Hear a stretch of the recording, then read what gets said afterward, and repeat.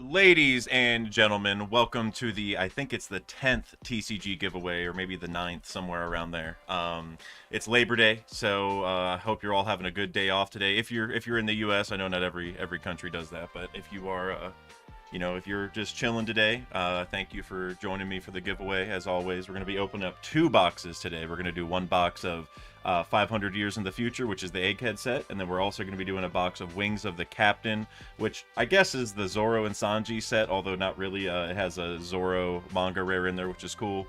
Um, and also we had a very important poll earlier. I was asking for the best fruit of only four because I can't put every fruit on the poll, unfortunately. And right now bananas are winning, which solid pick. Now I gotta say, I don't know how oranges are that low. Oranges are down at 12%. The next lowest is grapes at 24%. All those votes for grapes have to be dill. But the oranges are probably my pick here, although I'm not sleeping on any of them. I love all these fruits. Now, if I had cantaloupe on here and there was a single vote, then I'd be really upset because I'm definitely a cantaloupe hater. But these are okay. But 12% on the oranges. See, like the thing is orange the fruit probably isn't my favorite, but orange flavored things are definitely up there for me. Like orange Gatorade all day. Oh, growth. You said banana smoothies. Okay, if we're factoring in the smoothie game, bananas are like a mandatory smoothie element, and also. You don't like if you add a banana to a smoothie, it doesn't have to be a fruit smoothie. Like for example, my protein shakes that I make whenever I work out, it's banana, peanut butter, like the dry peanut butter powder, like PB2, and then chocolate peanut butter or protein powder. So it's like a chocolate peanut butter banana, drink. And so bananas have a lot of versatility. So I'm actually glad that they're winning. They probably should be winning. Um, but but yeah, well, again, thank you all for being here. I really appreciate it. If you guys would not mind liking the stream, that would go a long way to, spread this throughout the algorithm and all those things. I think I say this every single month, but by doing TCG streams, that is a little bit of a different thing. So it's gonna, normally generate a smaller audience, which is totally okay. I mean, we're mainly here to open up some cards to do a giveaway, but it would be cool to get as many people in here as we can, especially for some of the people that are in the giveaway, because we have almost 40 people. I think we have like 35 or something on the wheel. So it'd be really cool to get people in here who might be winning. You know what I mean? And FYI, so all these cards are going to be given away unless there's a manga rare. If we do somehow pull a manga rare, which hopefully it does happen, then I'll be keeping that card, but whoever would have gotten it will be getting like a full box, and I'll probably throw some other stuff in there, honestly, to make it worth it. But hopefully we do get the manga rare. I will be keeping it and grading it and keeping it on the channel if that does happen. And FYI, we're gonna have 8 winners today. So normally what I do is whenever I open up a box, we usually do 4 packs a person, I think, right? Because then it's 6 winners a box. But I kind of want to up that a little bit because, for one thing, the prices have gone down on TCG cards, which is a big deal, at least in terms of me being able to do this, more often or give more cards away. But also, it's just, if I'm going to ship these out to you, I'd like to get more cards in there, and we have 2 boxes, so we're going to do 6 packs a person. There's 48 total packs, so that gives us 8 packs, or 8 people who will win 6 packs each. And I also do have 1 stray package from the last giveaway, which was not claimed. I've tried a couple times to find the person, and they haven't reached out. They're not in the Discord. So they've had a month, and they haven't gotten back to me. So we're just going to give that away because I don't like holding on to those in case anything happens to it. And these are all supposed to go to you guys anyway, right? So that's the whole point of it. So also, Lord Vegeta, member for 17 months. Appreciate you, my guy. You said, today I finally win. Believe it. Hey, well, here, let me show you the wheel real quick, because I remember you made a special request about the wheel. Oh, wow, popped right up. Okay. So Lord Vegeta made a special request about the wheel. He said that he wanted to be the direct opposite of Vex, because Vex wins all the... Well, he's probably the #1 winner of all time. And also, I mentioned this last stream because someone did it last stream as well, but I just want to let you know. So the way that this works is whenever if you win on a giveaway, you're not eligible on the next giveaway.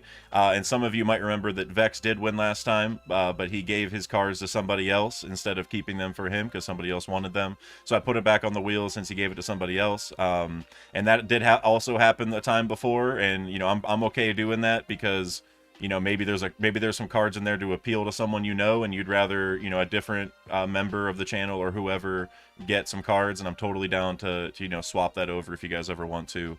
Because I mean, obviously if you get a big hit, I'm sure you want it, but some people play the game and all that, so just FYI. But Lord Vegeta, I did put you the direct opposite, which is what you wanted. You wanted to earn it, and so here you are, my friend. That's gonna happen.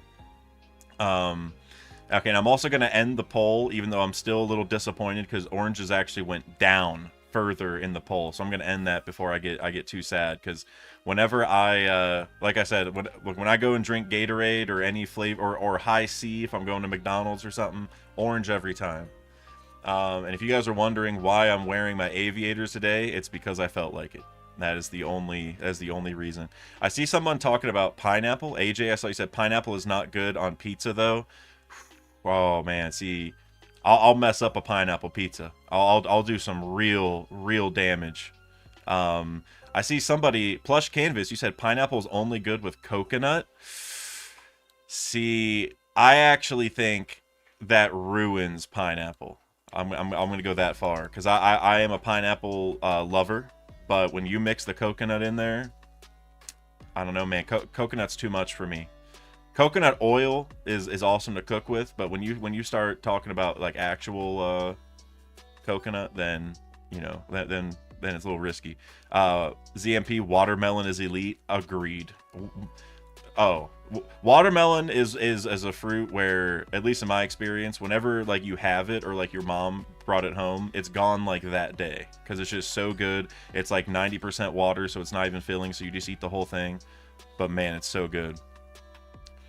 Dow said pineapple in spaghetti is goated. I don't think I've ever heard that sentence said in the English language, but I mean, maybe I should try it because I do like pineapple on pizza, like I said, and I mean, spaghetti's like only a couple steps away. There's some sauce there, right? So maybe I should try that.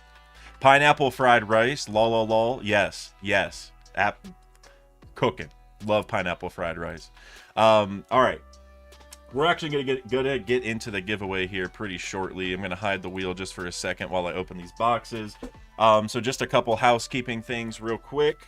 I really wanted to have a video out already based on the last chapter. I really want to talk about the Zoro stuff because I know that's been a little controversial.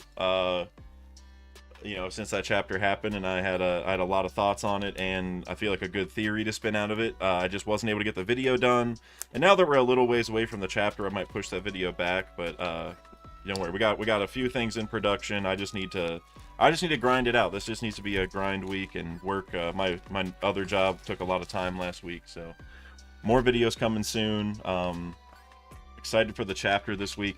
Also, I was just looking in the Discord because 3Day, one of the all-time goats in the One Piece community, especially here on YouTube, was posting about in Japan they're really starting to hype up the next couple anime episodes, which the next couple episodes are like the Reverie stuff, Cobra talking to Emu, Garp vs. Kuzan finale, Kobe's Honesty Impact, all that kind of stuff. Those are like the next like 4 or 5 episodes of the anime, so we're just gonna be cooking.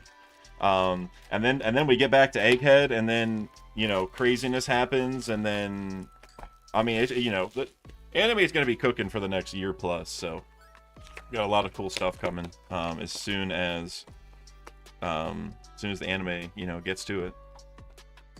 So that's super exciting. Yeah, Runa, you're right. Next week is Emu talking for the first time. I'm glad you said that. You're absolutely right. And so that's gonna quell. Well, it should quell the debate, but it'll probably increase the debate on whether Emu is a man or a woman. Which You know, so far, Emu has had male Celestial Dragon kanji hues whenever people are talking to Emu, like the Gorosei. But, I mean, with Oda, you never know. So, and real quick, one of the all-time goats of the channel, Bean Boy. So glad you're here, man. It's been a minute, I feel like, since we chatted. And 10, you get gifted 10 memberships, my guy. Thank you. Phil, the Grape Lord, got a membership. Runa, Beaked Bane, Spencer, Blazer YZ, who I was just talking to in Randy's stream, right? That was you, I think, just yesterday. Randy had an awesome stream with Alexander, which was awesome. Nomad Sherm, Saint Quays or Quaz, Big Ronnie, and Rovan, and Ace. Everyone got a membership. Thank you very, very much, Bean Boy, my guy. Really appreciate it. And you know what? You inspired me. So I usually do this on the chapter reactions, which I still have some more to do, but I'm also going to go ahead and throw 5 gifted memberships into the mix from YouTube. YouTube gives 5 of these every month, or 10 of these every month to us to give away for free. So there you guys go. Thank you very much, Bean Boy, for doing that, and then also reminding me, everyone who got a membership right there, you will be eligible for the next TCG giveaway, because the sign up will come up within a month. So if you got a membership and you live in the US or Canada, you can sign up for the next one and get on the wheel. Straw Hat Koofy with the $2 super chat. It's your 5th super ever on a live stream, which is amazing. Enma is having a zone-like effect on Zoro. I actually love that idea. So I don't know if you. Well, I guess I should watch it before I even bring it up. But so Sai, if you ever watch him, he's another YouTuber. I do a lot of collabs with him. Great human being. He does, he did an Usopp video recently, and I don't know if he talked about this exactly, but he and I talked about it in a different video where, you know, this whole weapon with the zone fruit thing might come into play in Elbaf. Like, for example, maybe Usopp can get like a Mjolnir type thing, but it'll have a zone imbued into it. And since zones have wills of their own, what if that weapon then picks Usopp as like his, you know, the right person for him, and that's how Usopp is, you know, given some special weapon of some kind as like an upgrade. And the reason I bring that up in regards to the zone-like effect on Zoro is just that because that's where that discussion kind of started, is Enma is like alive, sort of, right? We kind of learned that about swords in general. They have a will of their own, just like zones do. And it was almost like that sword was testing Zoro and making sure he was strong enough to wield it and, you know, up to snuff like Odin was. And so I'm wondering if maybe Usopp or just another weapon in general will actually have that, because like you're saying, we've already kind of seen that before. So I'm I would love for more zone weapons to come into play for sure. And then Ben Asay joined the Afro Gang. Appreciate you, my guy. Like I was just saying, you can be eligible for the next giveaway if you want to join. That post, I don't know when it'll be up, but it's September 2nd, so definitely before the end of September. So therefore, because all these memberships last a month, you will be able to sign up. So, all right, I am actually going to get into this now. I guess I should dump these out. Not a big deal, but I usually do that, don't I? And so also, I should start stretching this over here. Mike's gonna have to go all the way across the desk. Also, guys, so the way we're gonna be doing this, like I said, it's gonna be 6 packs a person, but I'm gonna do 3 packs from each set per person. So everyone who wins on the wheel is gonna get 3 packs of 500 years in the future, 3 packs of Wings of the Captain. So that way it's a nice. Oh, I just ripped the box a little bit, but that's all right.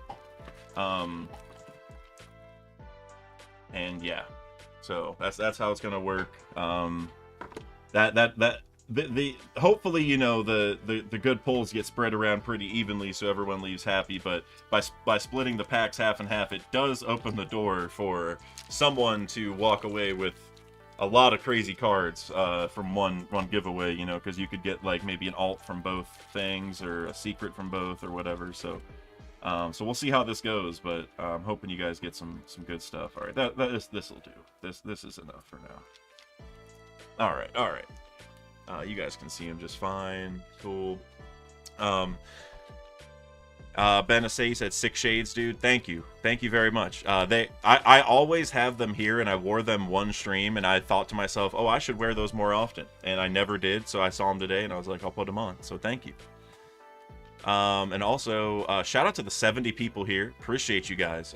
Good timing, because we are actually going to get started on the giveaway now. So if I can find the wheel thing, there it is. All right, here we go. First person who is gonna, oh, I see a couple donations, I'll get to those in just a minute. Who is gonna be the first person to win? And Winston or Natsu D Salamander? Natsu D Salamander, I don't know if you're here. I hope you are, because you are the first winner today. You know what, before I remove that, I should write your name down, and I think I forgot to grab paper to write on, but we're gonna make do. All right, I got this. Yeah, I got this promotional thing from Huntington Bank. Gotta make sure nothing important is gonna be on here for you guys to see. I don't want to ship you guys my bank info. I mean, it is junk mail, but this one looks okay.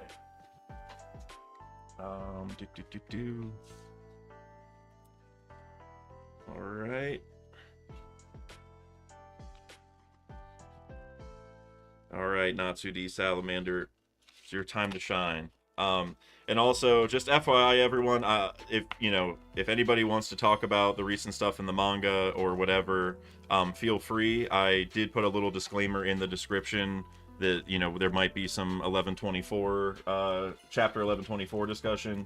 Obviously we're going to be sticking mostly on the cards here, but I know a lot of you guys probably want to talk about the recent events or the upcoming events or predictions, but so if you guys have any questions, feel free. But okay, here we go. Let's get one from down there, maybe 2 from right there. Okay, got 3, 500 years in the future. 3 wings of the captain. All right. Oh, you guys can't see it. forgot to hide the wheel thing. I'm glad I checked before I open anything. All right, so we got the 6 packs. Gonna start ripping. Got to move the mouse.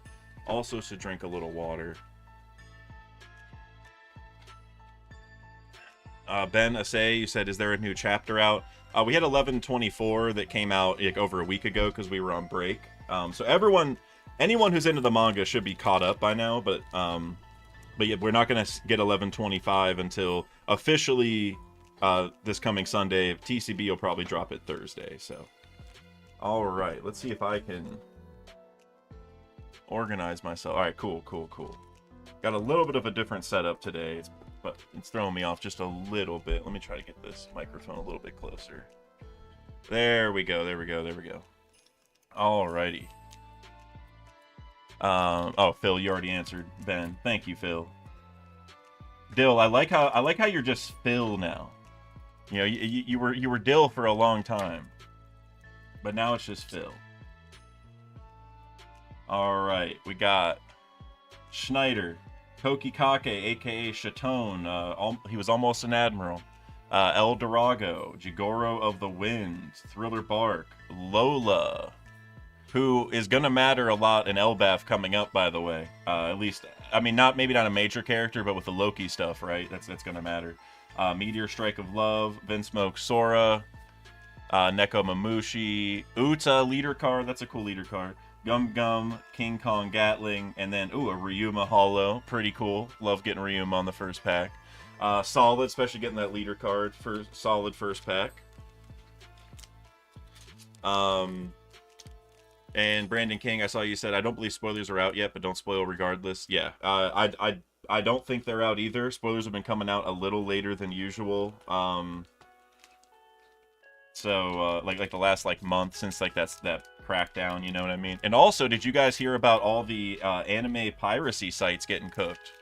I can't list them all off because there's so many. The ones that I use didn't get taken down, and I don't want to even mention them because I don't want them to get taken down now, but a lot of them did, and that shows you, they're getting more serious, I guess, about this stuff. All right, Gecko Moria, Papag, have one of the coolest lines in the series. Maha, Snake Dance, Tony Chopper, Dracula Mihawk, Roanoa Zoro, Captain John, Monkey D Dragon, leader card. Where you at, my guy? I'm Dragon. I'm waiting, man. I'm waiting. Sengoku Hollow, Karina Hollow, and a Dawn card, which I freaking love these. I feel like I say this every single time, but these are some of the coolest cards to me. They pick like the best panels for them. Having all the warlords here is super cool. So love getting the Dawn card. I'm gonna sleeve that up just because I love them. We've still got 4 more packs for Salamander. And shout out to the 60 plus people here as always. Thank you for supporting the stream. Please like the stream if you have not already, because it does make a massive difference. I'm actually pretty proud that these VODs end up getting over 1,000 views every time, because like I said, this is, you know, a smaller thing. My reactions get like 3,000 to 5,000 depending on how big the chapter is. So these getting 1,000 is pretty solid, but you know, the more the merrier, as always.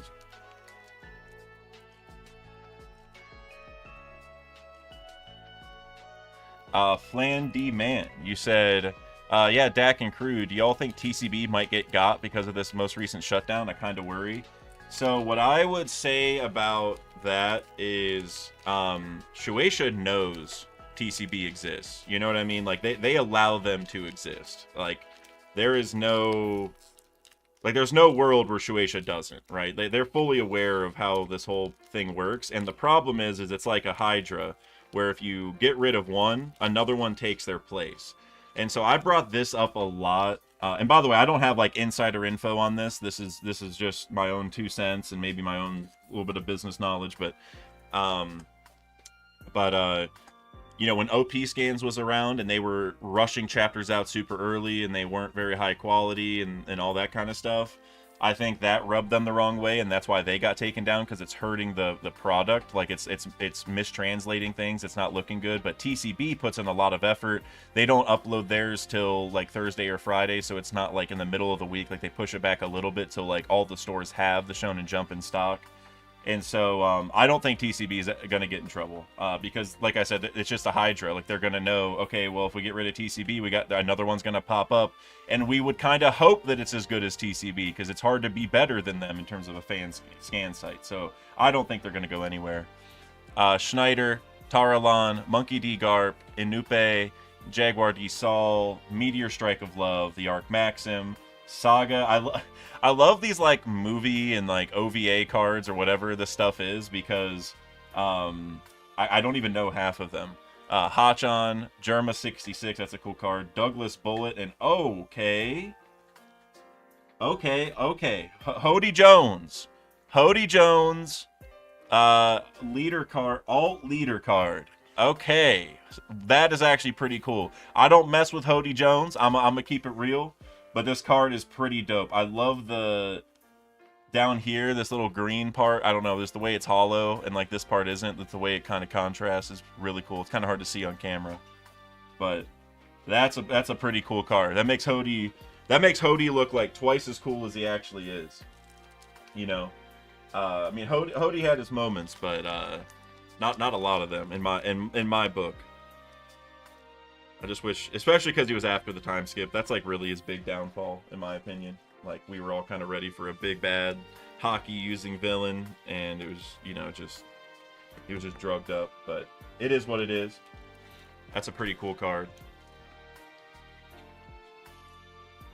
Lord Vegeta said, I love the Fishmen in general. Well, I know you are a Jinbei guy, and you know, Vegeta, the reason the wheel hasn't picked you is because it's waiting for the Jinbei manga rare. Because since I keep the manga rare, it would only be fitting that if I pull a manga rare, it's the Jinbei one when it was supposed to go to you. Which, if that ever happens, I might just have to give you that one, because I would feel so bad if that actually happened. Well, and it's your guy. Like, you would like that card more than I ever would. But yeah. Also, I want to get to a couple, just real quick, those couple donations from earlier, just so I don't forget. I was going to do it in between pack, like, you know, openings here, but 6 packs is a lot.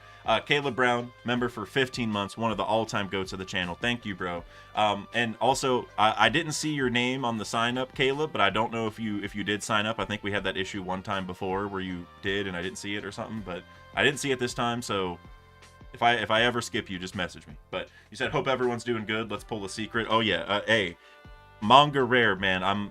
One of these times it's gonna happen. I got a lot more boxes ready to go. So, and then Straw Hat Koofy with the $2 super chat. Enma manifests and tells Zoro he's a sword now. Hey, have you ever heard of Parvision's theory that Mihawk is a sword? That it's been a while since I've heard about that one, but I don't know if you have heard that one. But that was Par's big thing, like when I got into YouTube. And look, who knows? I wouldn't be surprised if there's a sword human. Not even joking around. Stary, oh, thank you, 0011s for the 5 gifted memberships. I will shout you out even more here in just a minute. Stary, Gizmonda, Buckin, Khalifa, Aladdin, Dice, Island of Women. Oh, the man marked by flames, Mass Deuce. Glad to see him here. Gecko Moria, Roanoa Zoro, and the Egghead drip. Outlook the Third got cooked by Stary right here. This guy. Those two don't go together. And Perfume Femur. All right. Solid pack. I mean, Salamander's already gotten a great card, so he's already cooking. But let's see what else we can get here. And as I was saying, my guy, 0011s, one of the best names on YouTube, with the 5 gifted memberships. Thank you, bro. I hope you have been having a good time over in RuneScape land in Gielinor. I have not been playing for a little while, but when sailing comes back, you will see me on 24/7. Shout out to V for Vendetta, Off Brand, Mind Hacks, Card Shark, and Behemober. I think I'm saying your name close to right. Everyone, welcome to the Afro Gang. You can sign up next month, or well, later this month, for the next giveaway if that does interest you. And shout out to the almost 80 people here. Thank y'all. Like I was saying, I know it's Labor Day. Most of you guys probably got the day off. If you live in the U.S., I don't, not everywhere celebrates it. But either way, I'm just thankful y'all are here for sure. I kind of did it today because I thought, hey, everyone might have today off. It might be a good day. So glad you guys are here. This pack is really fighting me. There we go. The Wings of the Captain ones are a lot harder to open than the Egghead ones, I'll tell you. Count Battler, Koshiro. I need a Koshiro and Zeph team up at some point in the story. That's an agenda that I will keep until the day I die. Inupe, Schneider, Genbo, Zeph. Oh, there you are. Actually, this is what I'm talking about, guys. See, this is the heart of the cards right here. I need these two to team up because it would be like Zoro and Sanji's old, like masters teaming up, right? They're like their father figures.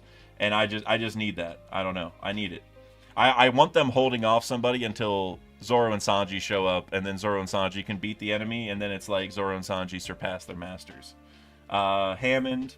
I don't like this guy at all because of Fishman Island, but Gil Tesoro, one of the cooler movie villains. Borsellino, my favorite admiral. Tashigi Hollow, and Douglas Bullet Hollow, looking real badass, to be honest with you. Okay, Bullet. Straight out the movie. Where is this? There it is. Team bag. Alright, one more pack for Natsu D Salamander, and then we're going to move on to the next person. And also, I didn't say this earlier, and I meant to, but my phone is not all the way charged, and I don't have it charging currently, because it was where it's at, I can't. So I am going to try to pick up the speed a little bit. I'm sure those of you watching who are just here for the card opening, because I like watching card openings too, and you don't like me stopping that much. I'm gonna pick up the speed. Gizmonda, Usopp, Jinbei, Iron Body, Pickles, Egghead, Morgans, Roanoa Zoro, Chillin, Pythagoras, Slow Beam, my guy Foxy, I love you, Kaku Hollow, and a Jewelry Bonnie super rare. That's a very cool Bonnie card. It is just a super rare, but it looks like it might be cooler than that. You know what I mean? Love the rainbow effect. Very cool card. Natsu D Salamander. congratulations. A very, very, very good start. That Hody leader card was pretty dope. Alright, so we're through the first person. On to the next. Kush Daddy said, I'm just here for the vibes. Appreciate you, my guy. I'm surprised I haven't gotten any music questions from you yet. I'm waiting.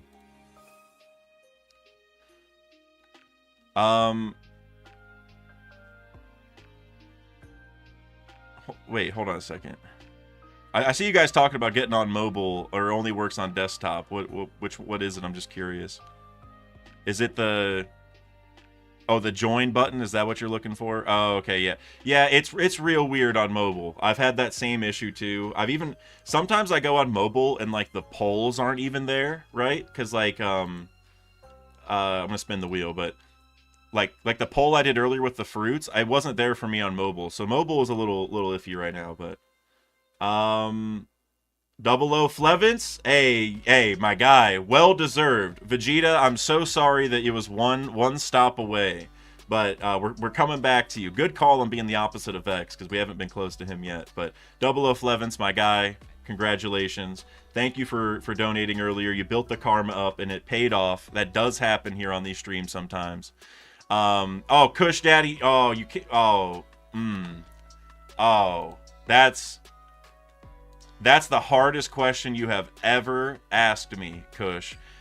Oh, General Tso's or orange chicken. Oh man. Those are like my two favorite things from Chinese restaurants, which like I feel like that's like a cop out because like I mean it is Chinese, but like you know we Americify it so much that it's like you know it's you know it's not like the most Chinese of foods.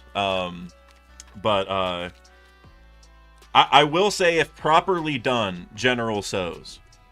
But General Tso's is more hit or miss. Like orange chicken's way more consistent place to place. But if you make the General Tso's properly, then easily General Tso's. So I'm gonna go Tso's, but look, I mess up some orange chicken too. When I go to Panda Express, it's double orange. I don't even have to hesitate.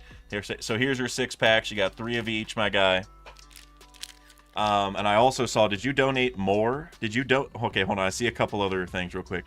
Growth Stonks member for 9 months. Are TCG prices going to keep declining? Very good question, Growth. It really depends on if they keep printing, because that's what the TCG has been doing, is they just keep reprinting the old sets. The very first set, Romance Dawn, there's actually 2 different like waves of it, quote unquote. Like there's a marking on the box to tell you. So the first wave, I think they call it the blue box or the white box. I get them mixed up. But those are like $1,000 a box now. And I gave some of those away a year ago, and they were like a couple hundred each. And I should have just kept them because, like, dang, that's a lot of money.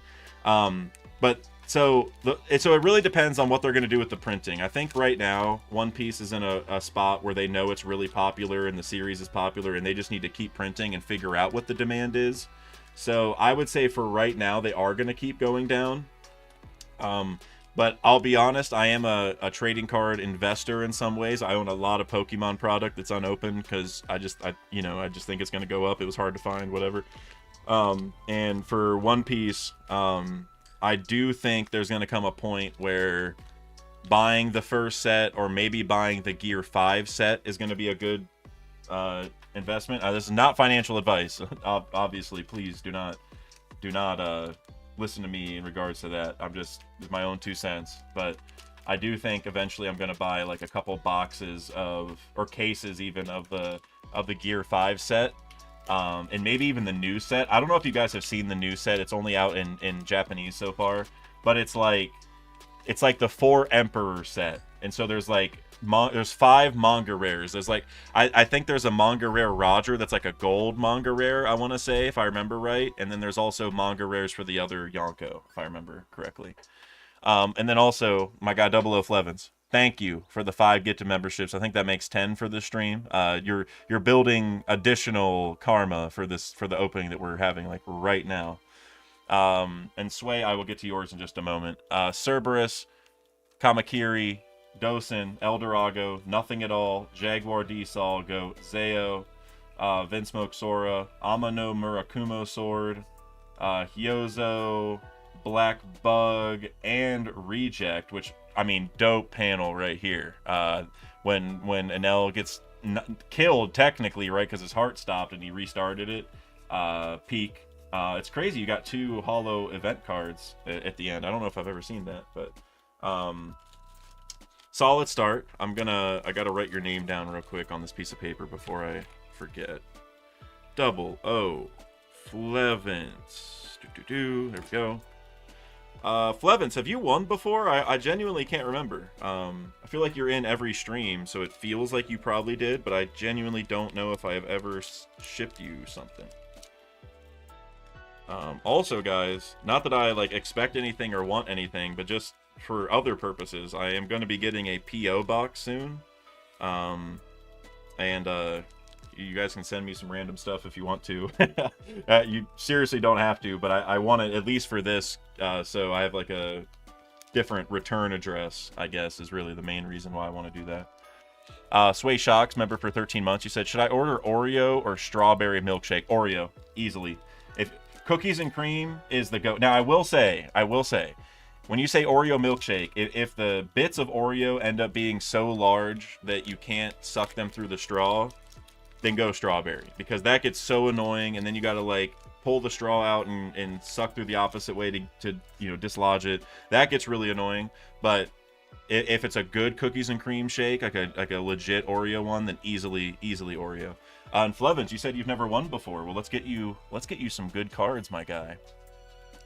Scratchman Apu, Wish He Fought Brook, Jinbei, Edward Weevil, Blue Jam, Koala, Keep Out, Irie Quasar Help, Salome, I'm not sure how to say his name. He possesses the world's most brilliant mind. Moda, where's Kev DOG at? Ain, I'm not sure how to say her name.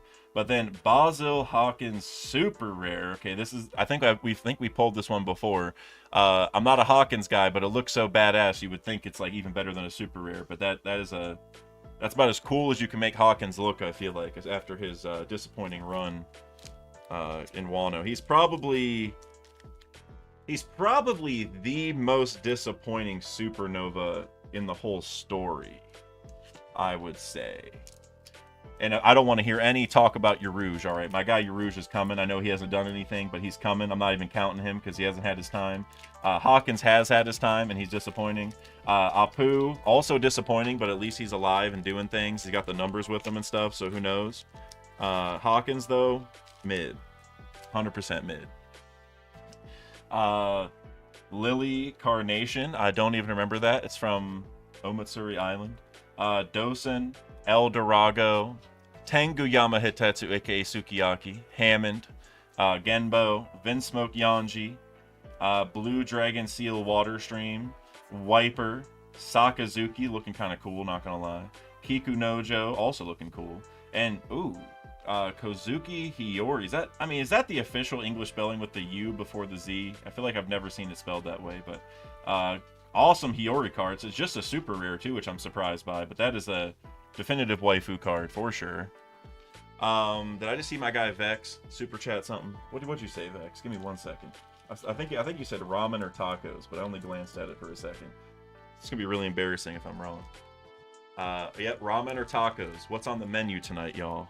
Vex, I'm eating whatever you're cooking, man. I know you got the chef and experience, so whatever you're cooking. If I have to pick between ramen and tacos, though, it's tacos 10 times out of 10. And I know, covering a Japanese manga, I understand that there may be a lot of ramen fans, but how can you possibly beat tacos? All right, tacos might be my favorite food. Chips and salsa and tacos combined are like my favorite. Porchimi, Papag, Blue Jam, Karmic Punishment, my goat Yarouge, Snake Dance, York, Iron Body, Caribou, Hamburg, Monkey D. Luffy, it's a cool Luffy card, Marguerite, and okay, I think we also got this card in one of our recent openings as well, but Double O Flevance, getting all the waifu cards, my guy. You got the Lilith alternate art, and this is actually even cooler now that Egghead ended, right? So I'm gonna put that in a top loader real quick, and I'll show it to you guys again. But hey, Flevance, my guy, Getting all the waifus. Mommy, York, and Lilith. Oh, that's right. York was in that pack too. I didn't even think about that. Where is the top loader? There it is. If I can get that in. I'm not gonna lie, it's really hard to get the cards in the top loader with the sunglasses on, but we're keeping the sunglasses on all stream. Yeah, pretty badass card. Dang, the ring light really does a number on it whenever it's like directly on there. But oh, look. That's kind of cool. You can see the see like in the ring light, there's like a little chunk taken out of it. That's my phone, so that's kind of cool. But yeah, badass Lilith card for sure. It has a little star, so it is an alt art, which that's solid. That's a very good start. Actually, that should probably go in its own thing. You still have one pack of each set, my guy. Matt with the $2 super chat. Thank you, Matt. 1 second here to just get this organized before I forget, because I definitely would forget. Guaranteed. You said, have you seen Grand Line Reviews been shouting you out? Oh, thank you very much for mentioning that. I wanted to say that right at the start and I forgot. Thank you so much. Yeah, I have not watched the video. Well, I watched one of the videos because I think he shouted me out like 3 times in the last month. So Liam, all love from me, man. Thank you so much. Seriously. He shouted me out in his Yarouge video, and he shouted me out, I think, in 2 separate videos for the Will of D thing. I saw the thumbnail that he had today for the Will of D video. I think it came out today, right? That thumbnail that he had is pretty much what my original mock-up for my Will of D video was. And like I'm not complaining, to be clear, because I have had people take my thumbnails before. But I just thought that was cool. That's exactly the wavelength I was on, and so I'm glad he shouted me out. That's awesome. Really appreciate that, Liam. It's like 3 times in a month, so seriously means a lot. And thank you, Matt, for super chatting and reminding me. That is awesome. You know, whenever I was before I was a creator, I was a One Piece viewer. I watched all the creators, including Liam. And you know, now I've had a chance to meet a lot of them, and they're all really good people. And so just, you know, it means a lot to see him, you know, shout me out, because I remember I used to watch his videos all the time. Kawamatsu, Dosen, Vinsmoke Niji, Shark Arrows, The Arc Maxim, Hammond, Baron Omatsuri, Whitesnake, Ikaros Much, I'm not sure how to say his name still, Gecko Moria leader card. I know I brought this up whenever we opened this box before, but such a cool leader card. Kikunojo, and then also Gravity Blade, Raging Tiger, very cool panel. They pick like the best panels for those cards, for real. I love the event cards. Plush Canvas, Manga Rare, please. That's all I need. I just need one. If I can just get one, I'll feel good. Although I will say, you know, I really don't like Boa Hancock because she kicked puppies and kittens, and I have dogs and cats, so I'm not a fan of her. And then Zoro, after the last chapter, I got a little beef with him too. So, you know, I mean, I want the Manga Rare, but you know, if I got to choose, I probably wouldn't pick one of these sets, but I don't get to choose, so I'll take whichever one I get for sure. Vex, thank you for linking that video. Appreciate it. And Brandon King, his channel artist is Greesh. I'm not sure if I'm saying her name right, but Grecia. Yes, it is her. She's done like all of them, I think, for a long time.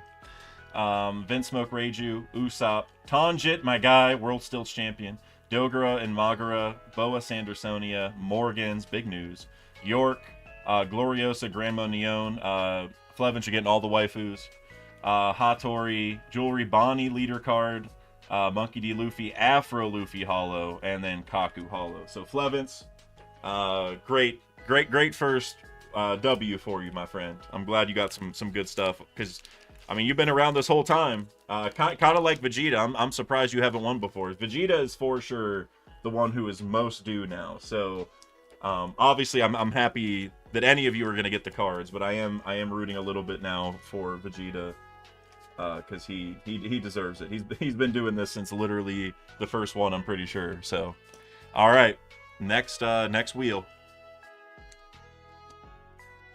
And my phone, I think it's still over 20%, so I'm doing all right. haven't gotten the notice yet. Looks like Captain Green Beetle. Captain Green Beetle. Congratulations.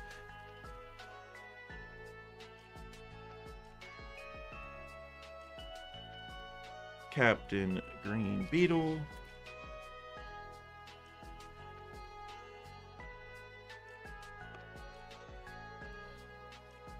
Let's see.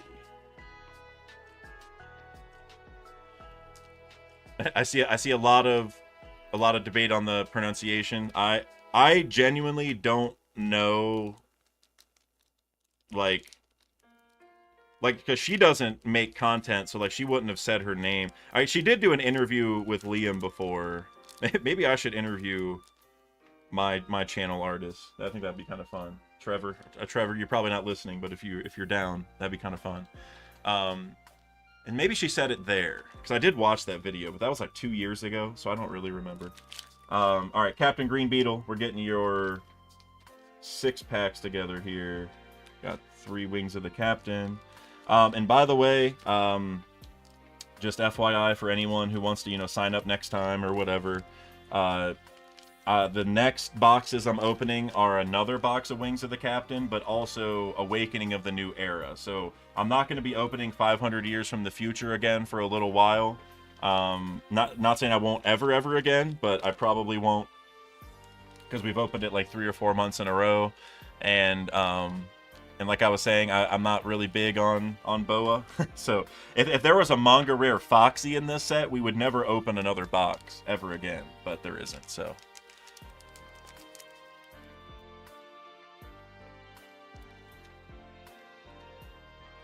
Vex, you said she does make content. Do you just mean like Instagram coloring videos, or do you mean like actual, like where she's voicing it over? Because I haven't seen her voice it over, but I know she does. She just posts like her drawings or her like coloring it. But Porchamy, Boa Marigold, Capote, Fuza, Korobu, Island of Women, Karmic Punishment, Captain John, love Captain John, Big Bun, Bartolomeo, or Bartolomeo, depending what you prefer, Frankie Hollow, and then Monkey D Dragon, looking badass. Where are you at, my guy?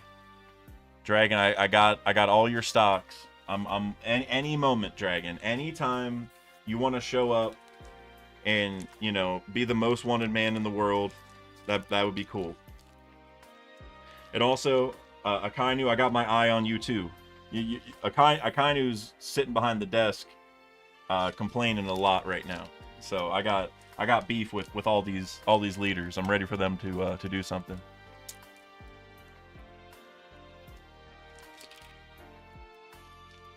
Kush Daddy, can't wait to see Foxy lead the Davy backfights for the last Poneglyph for the One Piece.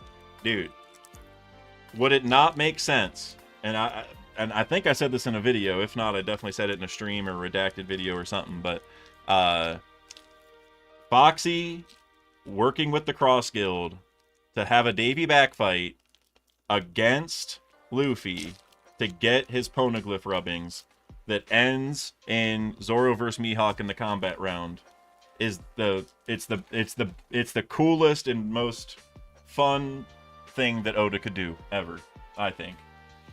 Sengoku, Wadatsumi, Tengu Yamahitetsu, aka Sukiyaki, Count Battler, Rocky, Jigoro of the Wind, But I Will Never Doubt a Woman's Tears, Oars, Raise Max, Guion, Vinsmoke Niji, and Shanks Super Rare. That looks freaking badass, not gonna lie. It's just a regular Super Rare, but just because it's Shanks. He's also got Griffin, on fire, as it tends to do, because it is a flaming sword, which we still don't know a whole lot about, but I'm guessing that's some hockey shenanigans. And actually, to tie into that a little bit, so I'm still working on this video about the Law novel. I feel like I talk about this like every month. I'm still debating. I think I might just do. I was gonna put the novels, the cover stories, and everything in one video. I think I'm gonna split it up and do the novels in one video, and then the cover stories in another video, etc. But the reason I even bring that up is, and I guess mini spoiler for the Law novel if anybody cares. It's 4 years old, so it's not a big deal. But in the Law novel, Law gets an electric sword. And I thought that was cool. And it was a technological thing, not a hockey thing. And I thought that was very interesting. Braham, Monkey D. Garp, Inupe, Tokikake, Kingdom of Germa, Shark Arrows, Lola, but I'll never doubt a women's tears, Ors, Guion, Negative Hollow, and Tot Musica. Okay. I'm still very curious if Oda is gonna draw from Top Musica in the main story. Not that it's gonna be canon specifically Top Musica, but just the lore behind Top Musica. Like, you sing this song and this, like, you know, demon thing rises from the ground. Reminds me a little bit of well, it doesn't rise from the ground, right? It's like kept in like a chamber, whatever. You guys know what I mean. It kind of reminds me a little bit of the Gorosei. And so I don't know if there's like a lesson there that we could, you know, take for like a theory.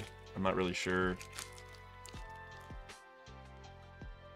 And shout out to the 70 people who are still here, by the way. Appreciate y'all.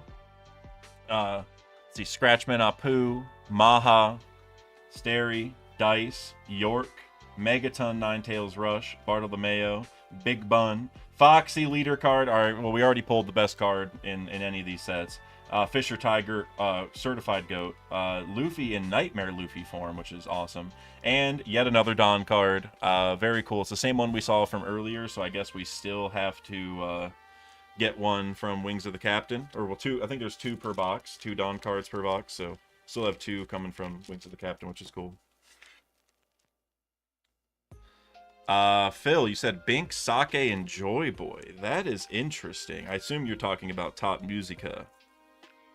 So are you saying that like maybe Bink Sake needs to be played somewhere and it'll cause Joy Boy to resurrect or something?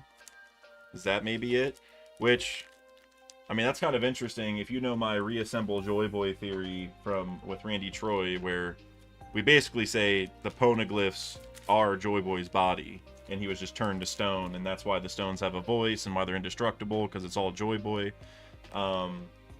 That's interesting, because it just tying those things together, it's like we're already talking about bringing Joy Boy back, and if you bring him back, you know, Top Music, like maybe there's like the body part and the soul part, because I mean Brooke did come back from the dead, right? So that is possible. I feel like there's some good theory juice there. All right, Wings of the Captain boxes just don't want to open. There we go. Plevin's Thought Musica. Raizo, Gasparde, Kamakiri, Wadatsumi, Kingdom of Germa, Genbo, Ratchet, Meteor Strike of Love, Kumasi, Raise Max, Arlong Hollow, and Absalom Hollow. So little quick thing about Absalom here, because just we're talking about resurrecting things, coming back from the dead, whatever. I brought this up like over a year ago in a video about the Gods Knights, where if you go back to the anime, I mean it's in the manga too, but the anime makes it more clear. When Absalom goes to awaken the zombie generals, he has like a shadow cast on the ground that looks, it's like the exact same shape as Emu. And so it maybe draws a little bit of a parallel there. And then obviously Absalom goes into the room, awakens the zombie generals. They're all these really powerful knights almost, right? They have like armor and swords. And so it made me wonder about the Gods Knights if they're undead, basically. Not now with Garling, we know that's a little bit of a different story. Or well, I guess we don't know, but it seems like he's just like a regular dude. But for the rest of them, you know, who knows what like who knows what's going on with them. Fuza, Edison, Edward Weevil, my guy, Tanjit, World Stills Champion, Aladdin, Egghead, Vinsmoke Sanji, Dice, Don Quixote do Flamingo, Dragon Breath, Baccarat, and then Porcus D Ace. Very cool. This is regular rare. Okay. Very cool ace card. I feel like the ace and Shanks cards look cool just because their fire is automatically included. But all right, Captain Green Beetle. Those are your 6 packs, rather. Not too shabby. I really like the Dawn card. You got the couple super rares in there, so pretty solid. All right, so we're 3 deep. We got 5 more people who are going to win packs, and then I'm going to give the one package away that nobody claimed from the last opening as well. All right, next name.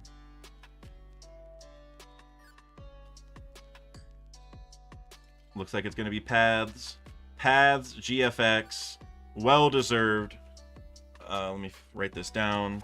Well-deserved, my friend. I don't know if you're here. I don't know if I saw your name or not, but I know you have been here several times.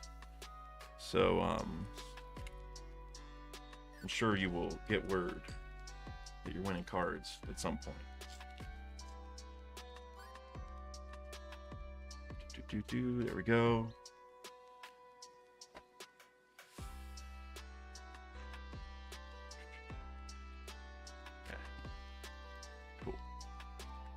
All right, so after this, we still have 4 more people who are going to win cards. So definitely stick around. We got quite a few packs to open here. All right, 1 wing of the captain, 2 wing of the captain, the 3rd wing of the captain, 1 year in the future, 2 years in the future, 3 years. There we go. All right, we got 6 packs. 6 packs for Paths. Oh, Paths, you are here. All right, dope. All right, man. Let's see if we can pull you some crazy stuff here. We already got, I think, 1 alternate art for each box, but there should still be like 1 other secret or something in each box. Typically, is how it works in my experience. Although I don't know what the rates actually are.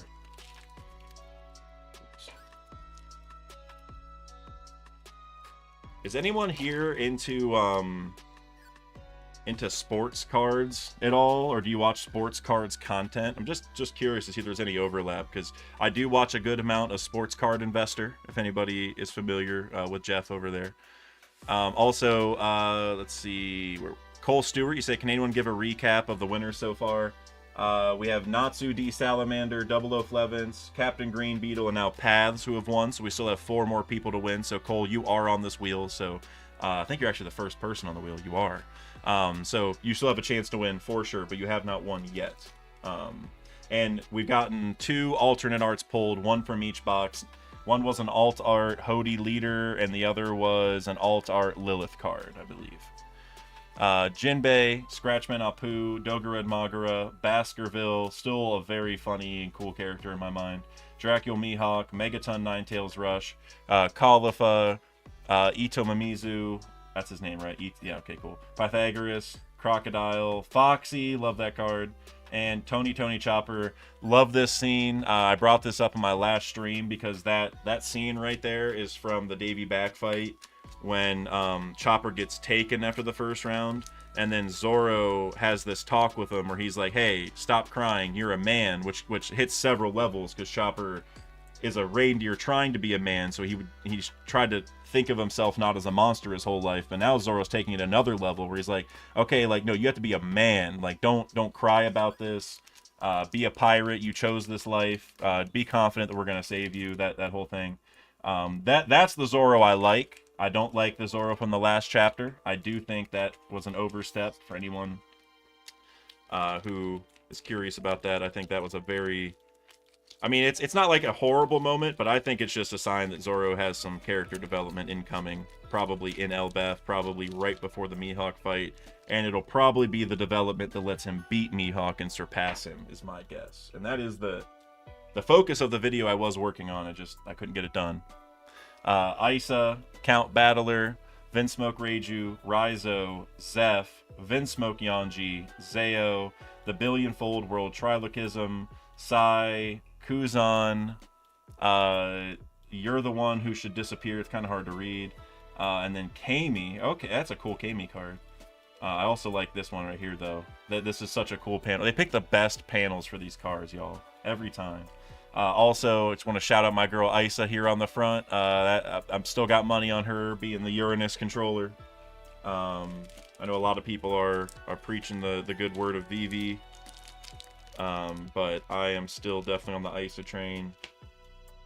For sure. See my guy Dilcor in here. Hey, thank you. I've only worn these shades one time on stream, and it was after the last Anime NYC, not the one we just had, but last year in November, because Hidden joined the Anime NYC stream with glasses on, with sunglasses, and I was like, you know what? I'll do it too, because he and I were like the first 2 there. I was like, it'll look like we're all, you know, doing the same thing. And I haven't worn them since, and so that's why I brought them out today. I just felt like it. I'm glad you're here, Dilcor. Dosen, Vinsmoke Ichiji, Lily Carnation, Tokikake, Zeo, Meteor Strike of Love, Jigoro of the Wind, Blue Dragon, Seal Water Stream, Kumasi, Nekomamushi, Onami, and Perona. Just a super rare, but still a very cool Perona card. We love Perona around here for sure. We got the alt Perona leader before in a different box, so I love getting Perona cards. Perona's going to be around till the end of the story, in my mind. I don't even think there's a debate. That's why Moria's been sticking around. Shadow powers are too important. Absalom is dead, so you Moria's got to keep someone. Moria's lost all of his crew. Remember, that was like his whole shtick in Thriller Bark, was like, I lost my whole crew before fighting Kaido. If there's zombies, I can bring them back. And then, you know, he already lost one. So Perona's sticking around. She's going to be relevant forever. I also think, you know, during Egghead, there was a couple times where Luffy called something like a hollow thing, like, because it's a hologram, but he called it a hollow thing, which is like Perona's hollows, or her horo no mi. And I do think there's a parallel there between the ghosts and the holograms. I don't know exactly what it is yet, but something. Vex, you said you're cooking a theory on Moria. Well, leave it to Vex to do a Thriller Bark related theory. Boa Marigold, Blue Jam, Gizmonda, Dogura Magura, Vinsmoke, Sanji, Slow Beam Sword, my goat Foxy, Koala, I see a cool card coming up, Don Quixote Do Flamingo, very cool, Gina, Rob Lucci leader card, that's a dope card, I'm not gonna lie, like the fist coming to the edge of the border like that, that's a very cool leader card right there. Paz, Tempest Kick, that's very cool. And then Afro Monkey D. It should just be called Afro Luffy. Also, why does it say monkey.d.luffy? Like, shouldn't it be monkey space d dot space Luffy? I mean, look, TCG, if you need someone to spell check, hit me up. All right, I won the spelling bee in 7th grade, and then I came in 5th in my city bee. And you guys are gonna laugh at this because I know it's bad, but I misspelled the word tiniest. If I didn't get nervous and I just used my brain, I would have probably won the City Bee also. So look, One Piece TCG, Bandai, hit me up, okay? I'm ready. I will help you.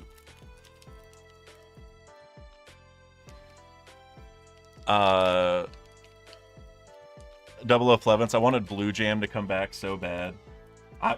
I mean, I think it would be a really cool moment if we saw Blue Jam or anyone from the ASL flashback, other than Dodon, come back and like have a moment where like, wow, Luffy, I remember when you were just a little pipsqueak, you know, that kind of thing. Which I really hope Luffy gets to see Dodon again at some point too. Dodon's a goat, easy goat. Wasn't it Dodon's birthday like 3 or 4 days ago? Cole Stewart, he said, hook me up with a secret Sanji. If you pull it, it'll go in my Marco deck, and I can't wait for it. Hey, we have pulled a secret rare Sanji before, so I'm not going to get your hopes up, but it has happened on one of these streams.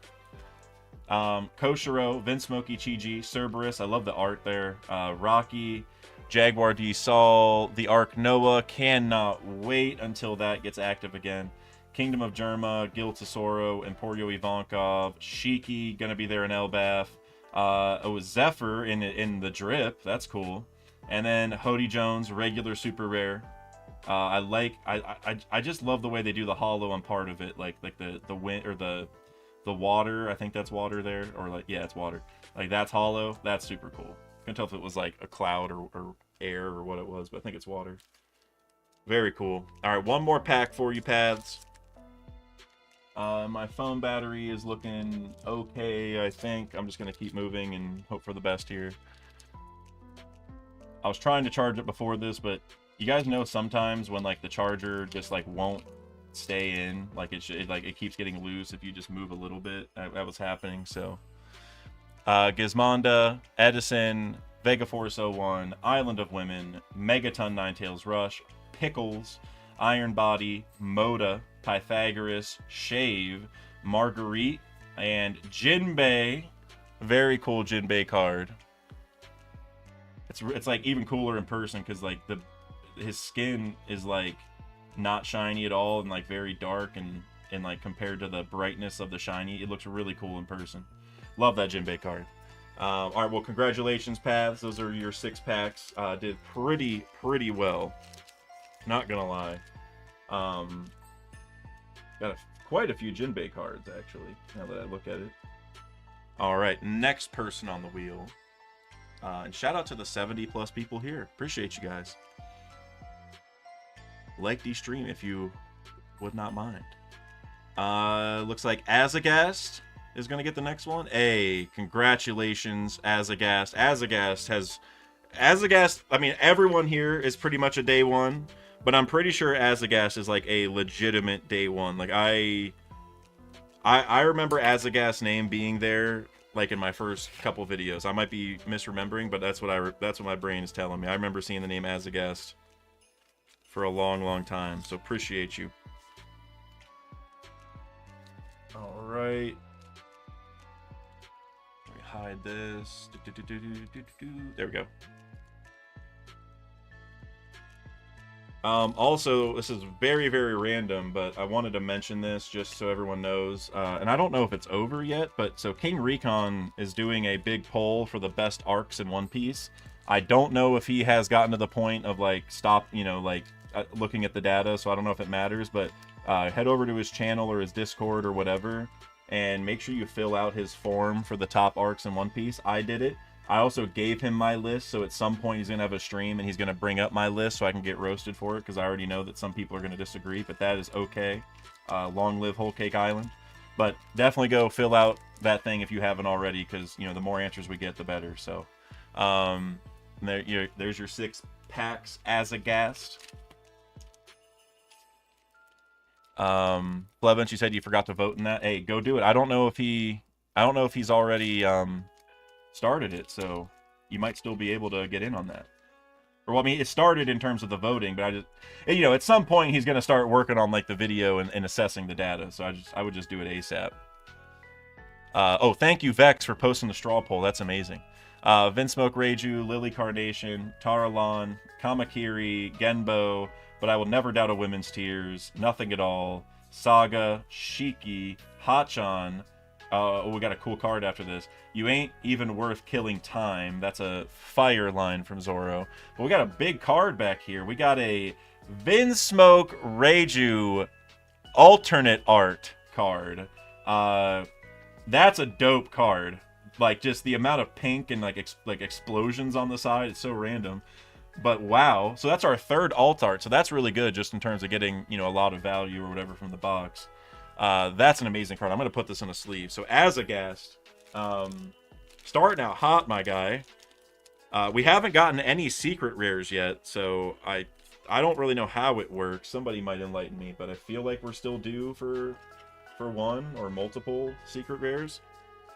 Because these are all just alt art super rares, so I think you get a secret no matter what. At least that's how it's been for me. I've gotten a secret rare in every box regardless of what else goes on, so that's what my brain is telling me, but I don't actually know. But that's a big card. I'm going to show you guys one more time. Reiju is a definite waifu. Whoa, plush, chill. That's why it goes in the top loader right away, plush, all right? We got to protect it. I got to protect it from myself. That's why it's got to go in here. But that's a dope card.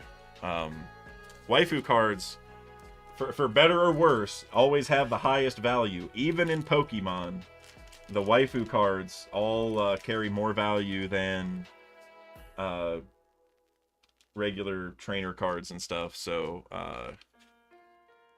hopefully it's worth something. All these waifu cards.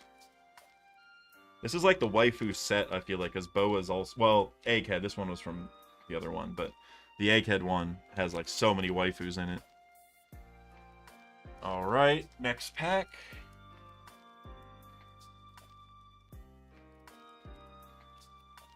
Also, something else I was thinking of, because somebody, I think it was Growth Stonks, I think you brought up, like, is the TCG like, are they going to keep going up or down in price?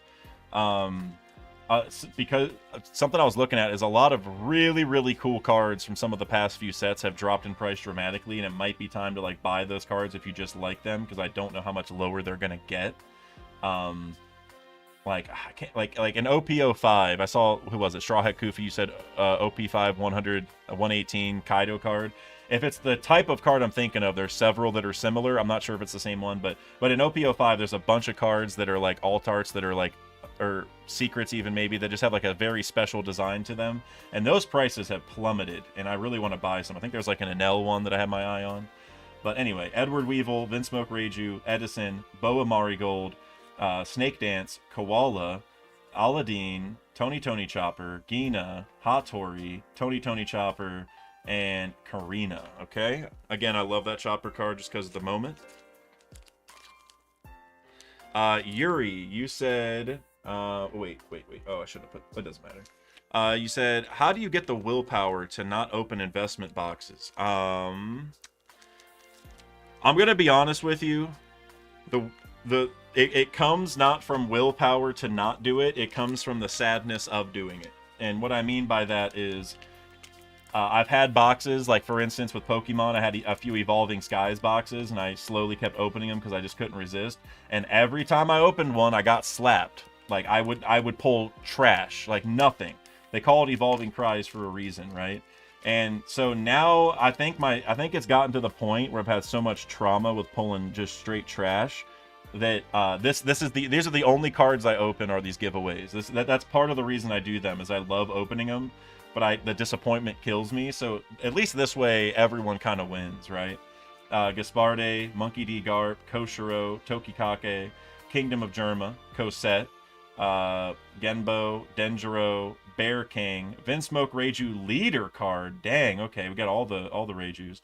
Vanderdecken, do not let this man anywhere near any of the waifus. Keep this man as far away as possible from all waifus. And then Brook, I love this card. This is a very cool Brook card. I love the art. It's kind of like the Cerberus from earlier. Very, very cool. Flevins, you said, I got an OPO2 box sitting. I would, well, I was going to say I would definitely keep that, but now that they're doing more reprints, I would maybe just do a little research, to be honest, if it's worth keeping. Because like basically a few months ago, OPO2 was worth a lot more than it is now. I'm pretty sure. I haven't looked, but the rest of them are like that, so I would assume. So I don't know if it's going to keep getting lower or not. I'm not really sure.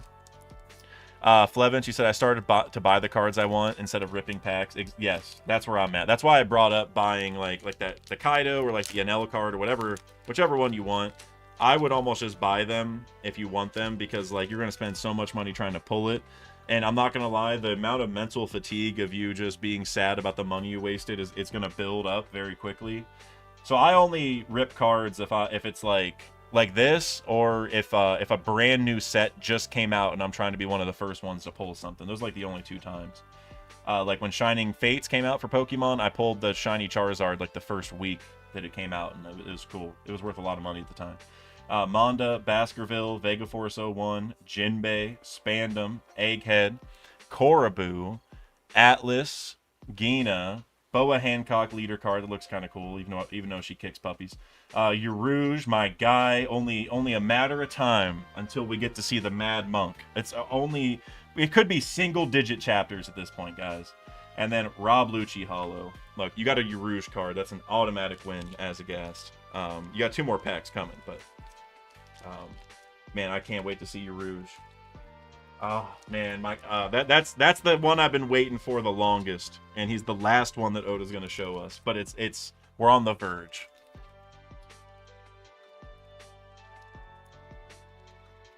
Vex, singles are always a better investment. Cracking packs is just for the high. Literally, it's just for the rush. That's why I do it with you guys and just give them away to you, because most of these would just be sitting around. You know what I mean? Like the only ones I want.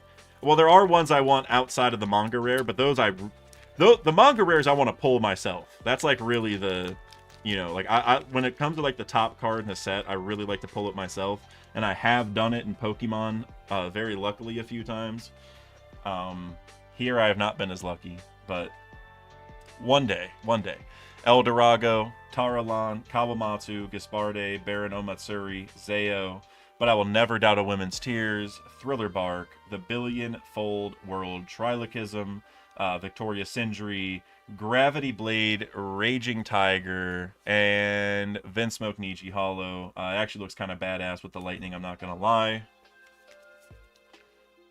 I gotta get one more team bag. Winston, Yaruj seeing Gear 5 Luffy might be a top 5 moment for a supernova. Agreed. And look, no disrespect to Bonnie whatsoever, because obviously Bonnie and Kuma, the whole flashback cooked super hard. No debating it, right? Bonnie, Bonnie's gonna matter in the future. I don't think she's gonna join the crew, but Bonnie's gonna matter in the future. Whatever, shout out Bonnie. But whenever Yaruj sees Gear 5 Luffy, or whenever Yaruj hears that Luffy beat an L, because he definitely has a past with an L from Burka, it's gonna be something. It's the amount of things that are gonna connect in Yaruj's head in that moment. It's gonna be amazing. It's gonna be an awesome scene. I can't wait. Edward Weevil, Manda, Dogura and Magura, Buckin, Egghead, Dracula Mihawk, Vinsmoke Sanji, Ira Quasar Help, Roanoa Zoro, Slave Arrow, Galaxy Wink, and Blaze Slice. We got 3 hollow event cards. Well, this isn't even hollow, never mind. We got 3 event cards in a row here, 2 hollows at the end. Have you guys heard the theory, which I don't know if I necessarily agree with all the elements of it that I've heard, but have you guys heard the theory that Sanji is going to get Galaxy Wink? And some people think that when that happens, then Sanji can fight a woman because he's not really touching them or anything. I don't think that would ever happen, because he would still be hurting them. The attack does do damage. But regardless, him getting Galaxy Wink would be kind of interesting if that was his version of Conqueror's Hockey or something like that. All right, we got 3 more winners to go, so let's see who's on the next wheel. And it looks like it's going to be Druvon or Andy. Andy, that arrow is directly on the line. You could not have been any closer. Druvon, I'm so sorry. Andy, congratulations. That is the closest. I thought for sure it was going to go over to Druvon. So, Andy, congratulations. Don't know if you're here, but definitely one of the long-time goats of the channel for sure. So we still have 2 more after this. It'll get packs, and then, like I was saying, 1 more that is gonna get packs I've already opened that somebody didn't claim. So I don't, and honestly, I don't know what's in that pack, because I've already packed it up to ship it to the person. They just wouldn't send me the address or contact me or anything. But the way I packed it is the way that I usually pack it when there's decent stuff inside. So I'm not making any guarantees, but I do, if there's nicer cards, I do give a little bit of extra, padding. And so I feel like there's some decent cards in there, and that's why I did that. But, we'll see. All right, Andy, time for your 6 packs. Actually, you know what? Here, I'm going to put this one back just because. Hold that stack. And I'll do 1 from each stack here. Alrighty. Got your 6 packs. Boom. And just while we're talking about TCG investments or buying singles or whatever, I do want to tell you guys, a couple months ago I was looking at Laboon cards, which you all could probably predict that I would be doing at some point. And there's a Laboon card with Brook that's I don't know what rarity, but it's a really cool card. And they were going for less than $10 on TCG Player. And I was like, that's too low for my boy. And so I bought 6 of them in near mint condition. And the price is $15 or $20 now. So not necessarily investment advice, but that is something I do sometimes. I go and look at cool cards. I'm like, well, that character's too important. That card's cool. There's not a lot of them. I bet you it's worth more than people think. And then the price, changes soon after. So they may have gone back down. I don't know. But all right, Sengoku, Schneider, Vinsmoke Niji, Cerberus, Vinsmoke Yanji, Baron Omatsuri, Thriller Bark, White Snake, Emporio Ivankov, Hody Jones leader card. We've had a lot of Hody showings this opening. Vinsmoke Yanji, and then Charlotte Pudding. Pudding, please call your brother, Katakuri. Because that man is still at home. And I am... Oh, man. That still makes me mad. Of all the things, I don't know. Oda's got to have a reason for Katakuri not going after Pudding immediately. There's got to be a reason. I mean, we're all ready to see Katakuri back in action. This was the perfect excuse, and he's not doing it. That's why Parasparrow's the best Big Mom pirate. And if you disagree, that's totally okay. Because not a lot of people do agree, but I love Parasparrow. And Katakuri is a fraud after that. It was like, I don't even know how long ago that was that we saw him. But when he was still at Whole Cake, that, man. All right, here we go. Jinbei, Porchemy, Baskerville, Maha, Ira Quasar Help, York, Boa Sandersonia, Captain John, Gecko Moria, Rob Lucci leader card. We had that one earlier. I love this card. I just the way he goes off the side of it. Afro Luffy, this is automatic 10 out of 10 opening. Oh, okay, hold on. You got both my guys adjacent to each other. This is a beautiful, beautiful pack. Congratulations, Bandai, for building the perfect pack of cards. Who's getting this one? Andy couldn't have got a better one right there. That was perfect. Still got 4 more packs to go, but hard to do better than my goats right there. Vex said Katakuri stocks will never go down. Caesar stocks went up. Oh, come on. Don't, Vex. Caesar stocks definitely went up, but in contrast, the Katakuri stocks went way down. You're telling me the guy who's never lost before and only lost after like a 10-hour battle with Luffy where he sort of let him win, not really, but sort of. That guy lost to Caesar. That's bad. I don't care about the hallucinogenic gas. I don't look. Parasparrow stocks are up. That's all I care about. All right, we got Isa, the Uranus controller, maybe. Giro, I think it's I don't think you actually pronounce it Gyro, right? Giro probably. It's always like a hard G. Vinsmoke Niji, Lily Carnation, Nothing at All, Jaguar D-Sol, Shark Arrows, Shadows Asgard. Still a really cool moment for me in the story. I feel like there's an Emu parallel here in some way, like with the eyes in the background. Not sure what exactly, but Daruma. Perona leader card. I like that. That's a cool one. Negative Hollow. Speaking of Perona. And then Suru. Young Suru. All right. That's cool. Solid pack. Yeah, I'm ready to see what Suru and Sengoku honestly do as the story progresses here, like with Cross Guild and all that. That was like the last couple episodes. Ben Asay, you said you're going to be live for a while. I mean, just till this opening's done. I mean, I might stick around and talk for like 10 minutes, so I still probably got another 30 minutes or so, I would say, total. I do think there's a good card in this pack, by the way, for Andy. Growth Song, she says, Sengoku's the most underrated admiral. I agree. If you're talking underrated, yeah. Yeah, I agree with that sentence exactly, because he is underrated, because he is on the tier of everyone else, but nobody really thinks of that, right? Like, he's not necessarily as strong as Garp. I'm not going to go that strong, but he's probably like a little bit below, because they are like contemporaries, right? Garp's just too important to not be stronger, but whatever. Capote, Gecko Moria, Vinsmoke Reiju, Slow Beam Sword, Spandam, Khalifa, Island of Women, the Man Marked by Flames, aka Mass Deuce, Caribou, Joseph, Outlook the Third, who got clapped, and then Boa Hancock, super rare, very cool.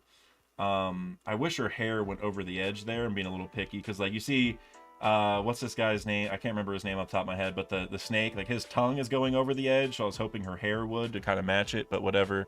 Another waifu card, very cool. Very, very cool.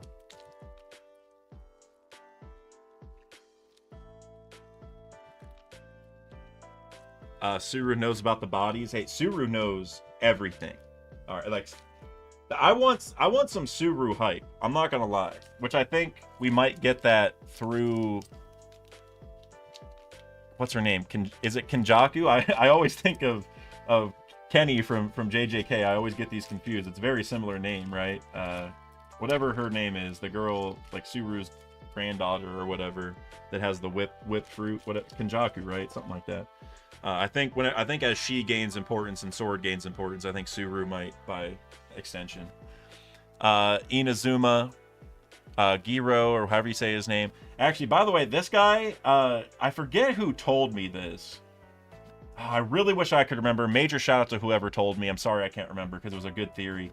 But this guy seems like a baby Clover. I'm not saying that he's related to Clover, but he's got like the little clover on his head. The guard on his sword is a 4-leaf clover, and this guy is like his crew wrecked on the way to Fishman Island, right? I think that's like his story. So I don't know. I just thought that was interesting. Inazuma, Giro, Count Battler, Jigoro of the Wind, but I will never doubt a women's tears. Cosette, Borsalino, my guy. Inuyarashi, Vinsmoke, Reiju leader card, looking great. Tashigi, I'm ready for you to be relevant.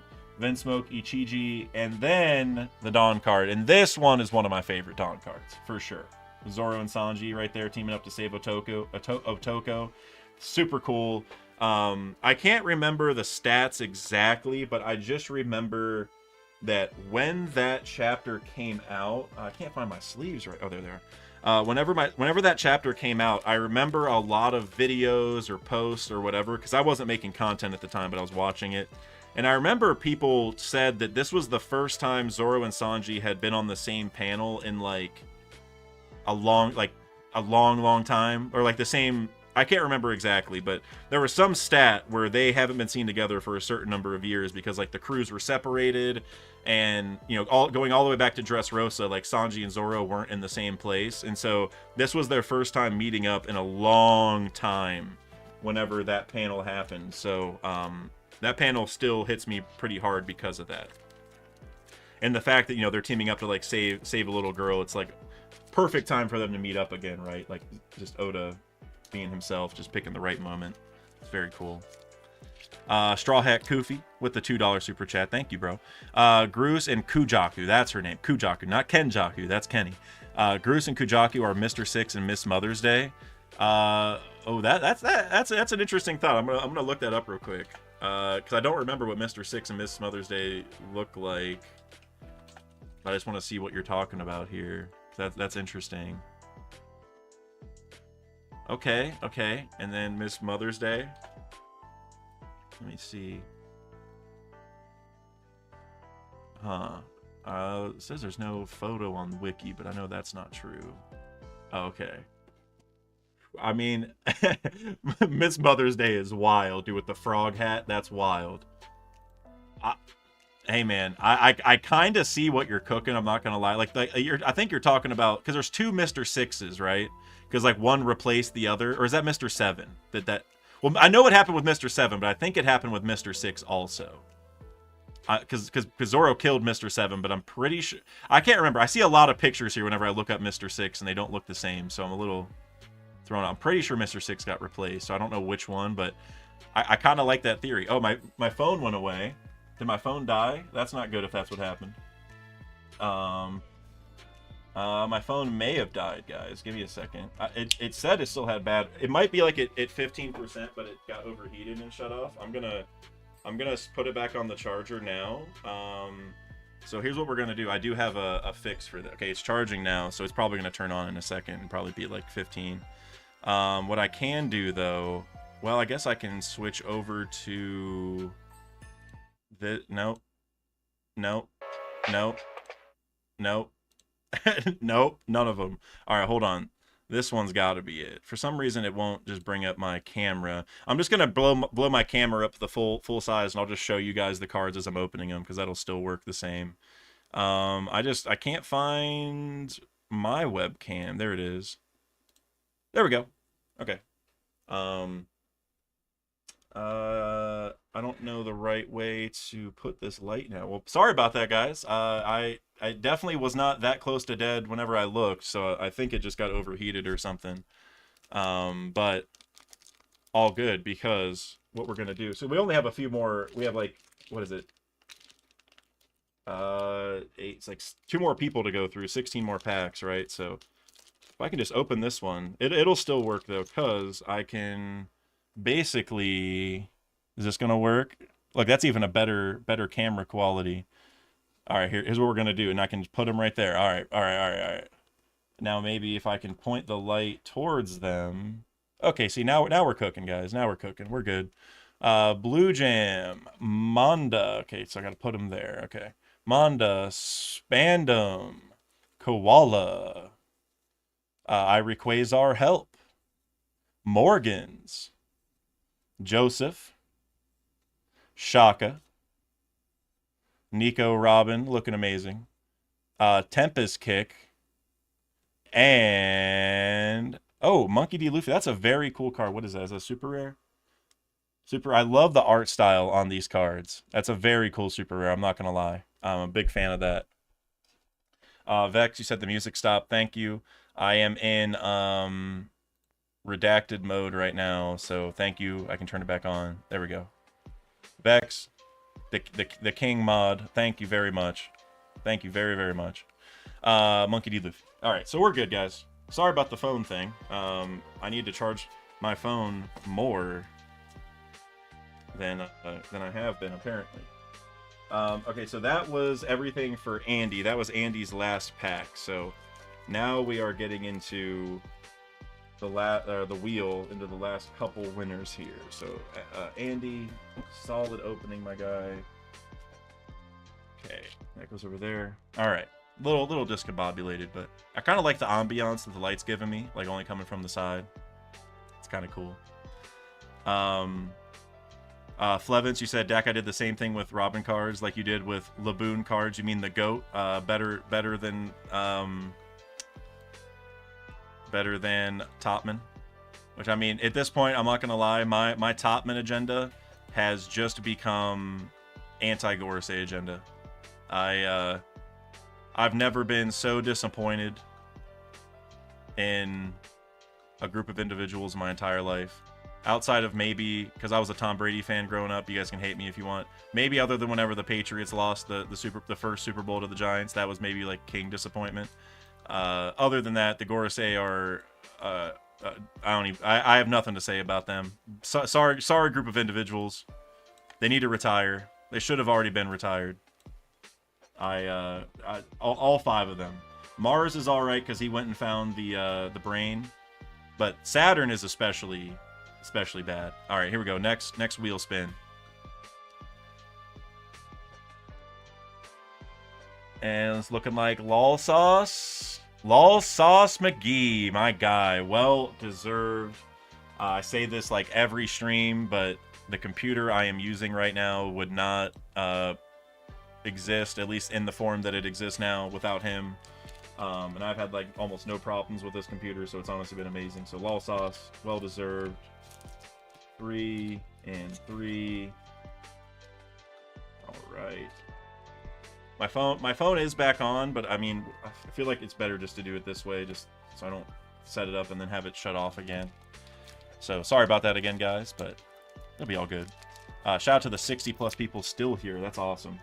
Sorry about the technical difficulties, but we're still getting through the opening for sure. Winston. Oh, Winston, you almost got picked on the wheel. I just realized, because I think it was like 1 stop away from you, right? Yeah, it was. Assuming you are at What Up, It's Winston. I think that's you. But you said, what are your top 3 fave Rokushiki techniques? Definitely Soru, for sure. Shave is just, it's so iconic for the series. Skywalk, for sure. And then I should pick the 6 King gun or whatever, like the thing that Lucci has. I don't even know if that really counts because I think he's the only one who does it. Finger pistol is really cool, but I'm gonna go. It's called paper art, right? The one where you just dodge attacks. That one's underutilized for sure. That was my favorite one back in the day because it's such like a Luffy thing, which Luffy did it against NL before he even knew what it was, right? I'm pretty sure. So anyway, Usopp, he didn't call it that, but whatever. Stary. Capote or Capote, whatever. Vegaforce 01. Khalifa. Slow Beam Sword. Iron Body. Slave Arrow. Now we're picking up the speed. Dragon Breath. Nico Robin looking great as always. What's up, Robin? Lucy or Lucy, however you prefer to pronounce it. And Rob Lucci Hollow. All right, pretty solid first pack. The Robin card makes it all worth it right off the bat. Okay, and this is for Lol Sauce. I gotta write down his name right quick, just so I got it.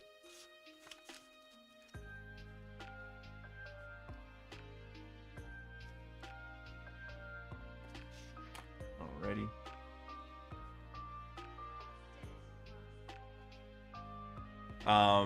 Bill, you said Tekai can be replicated with hockey. It can, and I mean, all of them sort of can, I feel like. Like, for instance, like paper art. Like, if you're just using observation hockey really well, you're kind of doing it. I mean, Tempest Kick is wild to me because, like, it's like an air slash kick, right? But, like, if you have hockey, you could maybe do the same thing, I guess. I don't know. Flevens, I died to Aram earlier when I opened my poll to vote. Put melee by accident instead of mage. Dude, if you're dying to Aram, it might be time just to log off for the day, my friend. Of all the things to die to in RuneScape, I would rather you die to a dark mage outside of Varrock, because we've all done it at least once. So I couldn't blame you if it did happen. Yuri, you said, were there ever any Gorosei cards? I don't think so. You would think that they would have put some Gorosei cards in the Egghead set, but I guess they didn't want to spoil anybody. But then again, like the TCG, I mean, I don't know. Maybe they're saving them for a special set, like an enemy-focused set or a world government-focused set where there's like an emu card and everything. That might be my guess here. Let's see. Kawamatsu. Giro or Gyro, whatever his name is. Braham. Jaguar D. Saul, ready to see you in Elbaf, my guy. Cosette. The Arc Noah. The Arc Maxim. We got all the arcs. Wiper. Kuzan. Hitokiri Kamazo, aka Killer. So real quick, before I even continue, does this mean that like, what does Hitokiri mean? Does that mean manslayer? Is that what it means? Like, I guess what I'm asking is, like, is Hitokiri secretly Killer's last name and Oda's just hiding it? Because his name's Killer. If that says manslayer, it's like maybe that's actually his real name and that's why he got this. I don't know. But I think that'd be a cool thing if that's what Oda did, but I doubt it. Top Musica, and then Vinsmoke Reiju again. This is the Reiju opening, apparently. This is just a super rare, but we still love Reiju around here. Beautiful card. The lighting's even better, actually, over here, because the ring isn't going directly into it. Winston, yeah, no Dorian Broggie cards either, you're right. So maybe it's going to be an Elbaf set where we get the Giants and the Gorosei and stuff like that. I don't know. I'm ready for Elbaf anything, though, to be honest with you. Including the arc itself. Vex, it does mean manslayer. Okay, that's what I thought. So, given that his name is Killer, and he had the name Kamazo the Manslayer, I'm wondering if either maybe Hitokiri or Manslayer is like his family name, and that's why he got the name Killer, because it's very close. Or, what if Kamazo is his real name, and so his name's like Killer Kamazo, or you know what I'm saying? Basically, all I wonder is if Killer's real name got hinted in the Kamazo stuff. That's basically what I'm saying.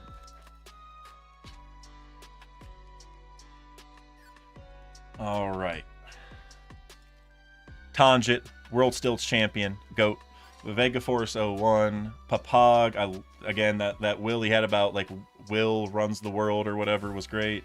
Baskerville, Boa Sandersonia, Koraboo, Keep Out, Shave, Salome, whatever his name is, Hamburg, Uh, Demonic Aura, 9 Sword Style, Asura, Demon, 9 Flash. Sorry, hard to read it with the glasses. It's like the longest name ever for a card. And, ooh, Soba Mask. Love that. It's the last one, right? Love the Soba Mask super rare. I was real hyped when Soba Mask first came into the manga. It was very short-lived, obviously, but I was hyped at the time. Looking like a Power Ranger. Your boy Dak was deep into the Power Ranger game as a kid. And by the Power Ranger game, I mean not just the games, plural, because I was into those, but I mean, I was dressing up as Power Rangers for Halloween. I was big into that. Whenever we got new colors of Power Rangers, I was losing my mind.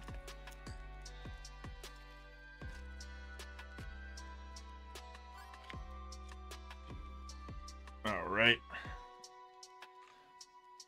Vinsmoke Ichiji, Sengoku, Kawamatsu, Baron Omatsuri, the Arc Maxim, Lola. Again, I'm ready for her to matter again because of Loki. Shadows Asgard, Victoria Sindri, Gecko Moria leader. I love that leader card still. Dr. Hogback, screw that guy. Monkey D. Luffy, very basic Luffy card. Still says Monkey D. Luffy, don't know why. And a Dawn card. So I think this is our last Dawn card for the opening. Because I think we pulled 4 now, which I think it's 2 a box. Okay, sleeves. There we go. Sometimes when I'm looking for something, there's too much on the table. I just keep saying the thing I'm looking for, and then I find it. Because there's like I can't show you now because of my phone, but dang, my desk is completely covered in stuff right now.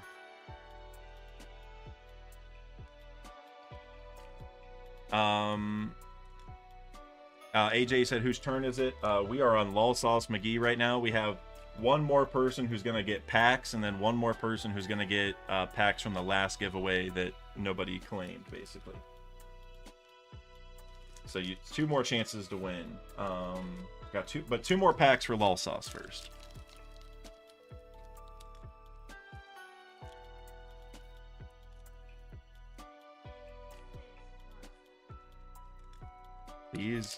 These Zoro set cards, really, these packs are glued together so tightly.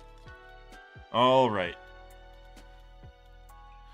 We got Tarlon, Inazuma, who I love, Braham, Meteor Strike of Love, Thriller Bark, the Arc Noah, Hammond, Germa 66, or Germa 66, depending on your preference. Ikaros Much, or Mooch, however you say it. Yamato leader card, love that card. I just love the contrast of the yellow and the green.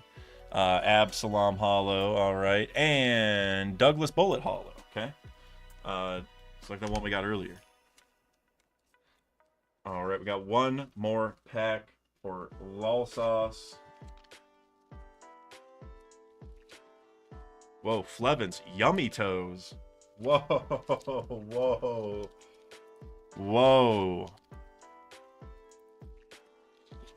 I mean, hey, you play RuneScape, so I mean, if you're talking about Yummy Toes, you should be talking about like some frog's legs or something, not Yamato.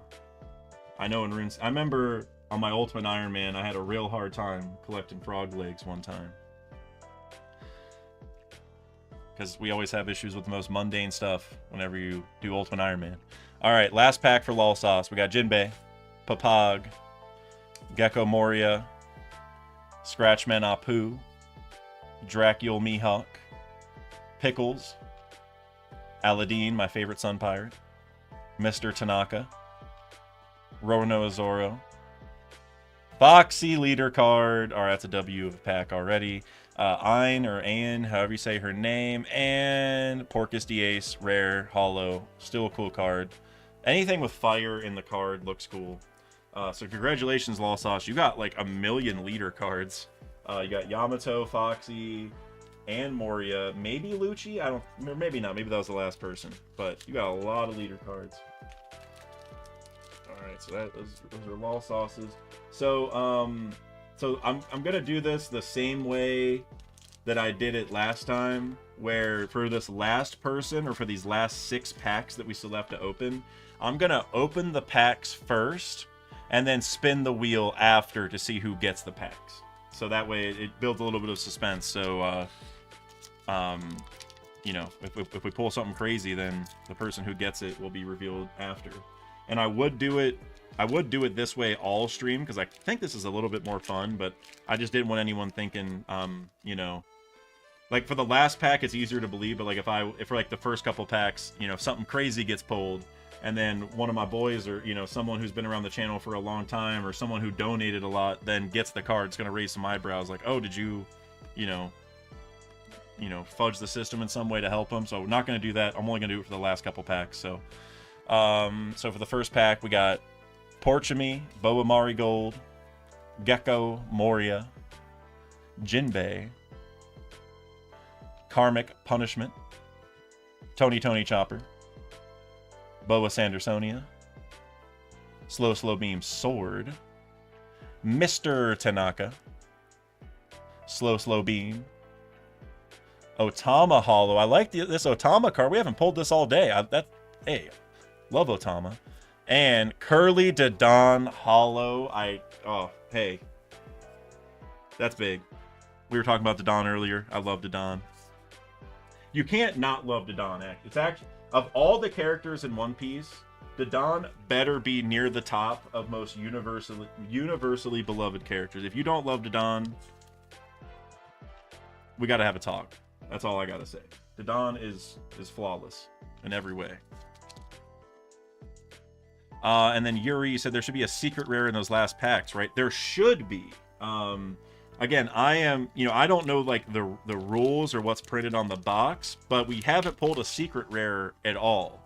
We pulled 3 alt arts, 2 from one box, 1 from another. So there should be bare minimum a secret in these packs, or another alt art, something big to make up. So there's, because I usually get 2 hits per box. I've had a secret in every box, so if I don't get a secret here, it'd be the first time. But Inazuma, Wadatsumi, Vinsmoke Reiju, Sengoku, Ratchet, Nothing at All, Zeph, love Zeph, Hyozo, Hitokiri Kamazo yet again, Bear King from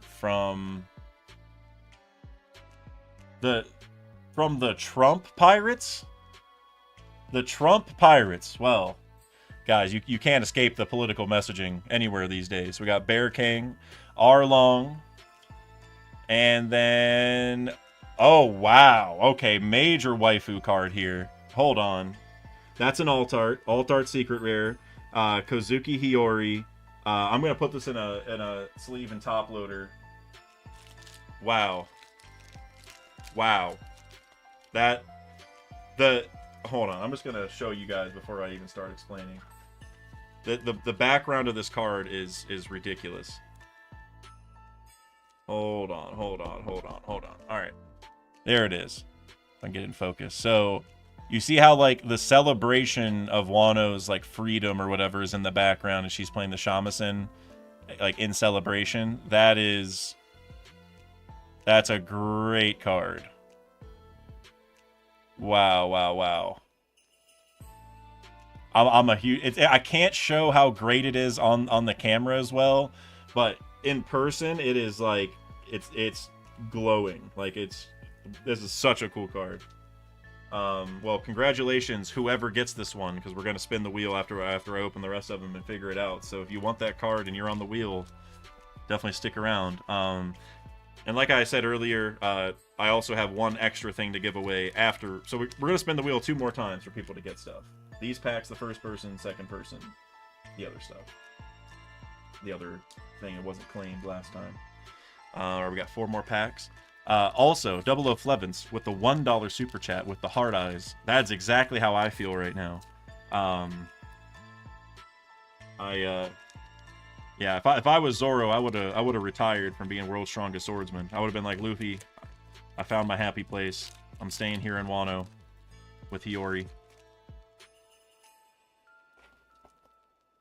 All right, Here we go. Raizo, Inupe, Inazuma, Ratchet, Zeph, Hammond, Vinsmoke Yanji, looking buff for no reason. Sai, my favorite Grand Fleet member. Sakazuki, Inuyarashi, Vinsmoke Ichiji, and Kozuki Momonosuke. We're getting all the Kazukis right now for this last person. This is also a very cool card. Very, very cool. I love Momo. Momo is a top tier character. Actually, at one point in time, and I mean I still kind of want to, but at one point in time I was in the middle of scripting and getting a thumbnail for a Momonosuke analysis video, which again maybe I'll do at some point in the future. But Momo is like, I don't know, Momo is similar, not obviously a very different character in a lot of different ways, but similar to me in the same vein as characters like Buggy or Kobe, where we got to see them grow from the very bottom to the top, right? Like, you know, like where they started not even really believing in themselves, but they slowly did it over time. Like we got to see that transition happen from, you know, like kind of like a weakling to someone who actually can make a difference. And a lot of the time it's because of Luffy that they make that change. And Momo is just, I don't know, such a cool story. All right, here we go. Maha, Uza, Manda, Dice, Keep Out, Spandam, Screw Spandam, Vinsmoke Sanji, Bartolomeo, Shaka, Slave Arrow, Lucy or Lucci, and Frankie. Whoa! That's an alt art. So we got 5 alt arts in our 2 boxes. Yo, alt art Frankie? Hey, whoever is getting these packs, congrats. Apparently we saved the best for last, and that was not intentional. Frankie alt art. Wow. That's pretty dope. Frankie, I really wish you had just done more in Egghead, but it's okay. Frankie, you know what else I wish? I really wish you didn't have the gall to say after the time skip that Brooke might not rejoin the crew because he's a rock star now. I'm never gonna forget that, Frankie. I'm never gonna let you live that down. That was sacrilegious to say that about any crew member, especially my boy Brooke. So Frankie, remember you're on my hit list. But regardless, very cool card. I'm not gonna lie.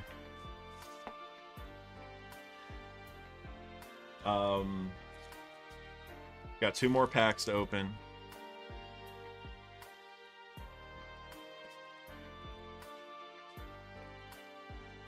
There we go. Vex, you said I need it. All I can tell you, and guys, look, I hope you trust me here. Obviously, I wouldn't be rigging it. You guys see the wheel. I have no control over who's gonna win this one, but I'm just gonna say I feel like it's either gonna be Vex or Ragnar. It's gonna be one of the two. It's either gonna be Ragnar or the furthest possible option from Ragnar. No in between. All right. Getting focus here. Steri, Capote, or Capote, whatever. Usopp, Vinsmoke Reiju, Snake Dance, Keep Out, Pickles, Shave, more Pizza, Vegapunk leader card, my guy, I love you Vegapunk, Trafalgar Law, badass law card, and we're gonna claim the One Piece. That was complete cap on their part, but cool card nonetheless. Do I have... Alright, so we have one more pack, and then we're gonna spin the wheel a couple times, and then we will wrap it up for this stream. Also, anyone who won cards today, if I should be saying this every stream, but I just keep forgetting. If you guys want the empty boxes, which I don't think you guys do, but I always feel bad throwing them away, like the box. If I don't know if you guys want it for a display piece or whatever. If anyone who won cards wants the empty box to go with their cards just so you have it, let me know. I'd be happy to send that over to you. I know I used to use them for display for Pokemon and stuff. I actually still have... Actually, is it back there? Yeah, or you guys can't... Yeah, you guys can see it. Let me... Right... there. That's actually a first edition Team Rocket box from Pokemon. I didn't open the packs. I just bought the empty box for like 20 bucks or something because I love the Team Rocket set. It's really hard for you guys to see. I need to get lights like under each of my shelves so you guys can see it. But that's a Team Rocket box, so I also like them. So if anyone who wants cards or won cards wants the box or boxes, let me know. I will definitely ship that out. Otherwise, it's just going to get recycled or what have you. So there's a cool card in this pack. I don't know exactly what it is. I just saw some foil nonsense back there. All right, we got Raizo. Raizo is safe. Cerberus. Tengu Yama Hitetsu, a.k.a. Sukiyaki, longest name ever. The Arc Maxim. Rocky. Cosette. I feel bad for her still. The Arc Noah. So another pack with both arcs in it. Daruma. Denjiro, about time we found this guy because he was gone the entire raid and we still don't know why. Amano Murakumo sword. Oh, Nami, love Nami. Now here comes something cool. Vinsmoke Reiju again. It's just the Reiju box, guys. It's the Reiju freaking box. Just a super rare. I think we had the same exact one earlier. I think it was the same one. There's so many Reiju cards, I can't remember, but I'm pretty sure we got that one, so it might be a duplicate for today, but not for this person, at least. Okay, so, guys, we have gone through all the packs, so now, like I said, we're going to spin the wheel to see who just got these recent packs, which there's 2 alt arts, which is crazy, and a Vinsmoke Reiju card, which, I mean, that's just kind of peak. Oh, okay, yeah, I'm good. So, yeah, let's see who's getting these. And then, like I said, don't leave right after this wheel spins, because we're going to spin it again to give somebody some secret stuff from the pack from last time that nobody claimed. So, all right, here we go. There we go. All right, so this one that I'm spinning right now, is for the packs we just opened, to be clear. So this is whoever wins this gets those 2 alt arts. All right, let's see. Is it Druvon or Winston? Winston, congratulations. You just won. I can't believe that the double alt art came from the very last set, so that's crazy. So Winston, congratulations. Make sure anyone who won today, make sure you send me your address via email at dak.dealing@gmail.com, linked below in the description, or just go down there, you'll find it. But we're gonna spin this one more time to see who gets the leftovers from the last opening. And again, I'm pretty sure whoever won that got some good stuff too. So this could be just as good as the ones we just opened. I'm not even kidding.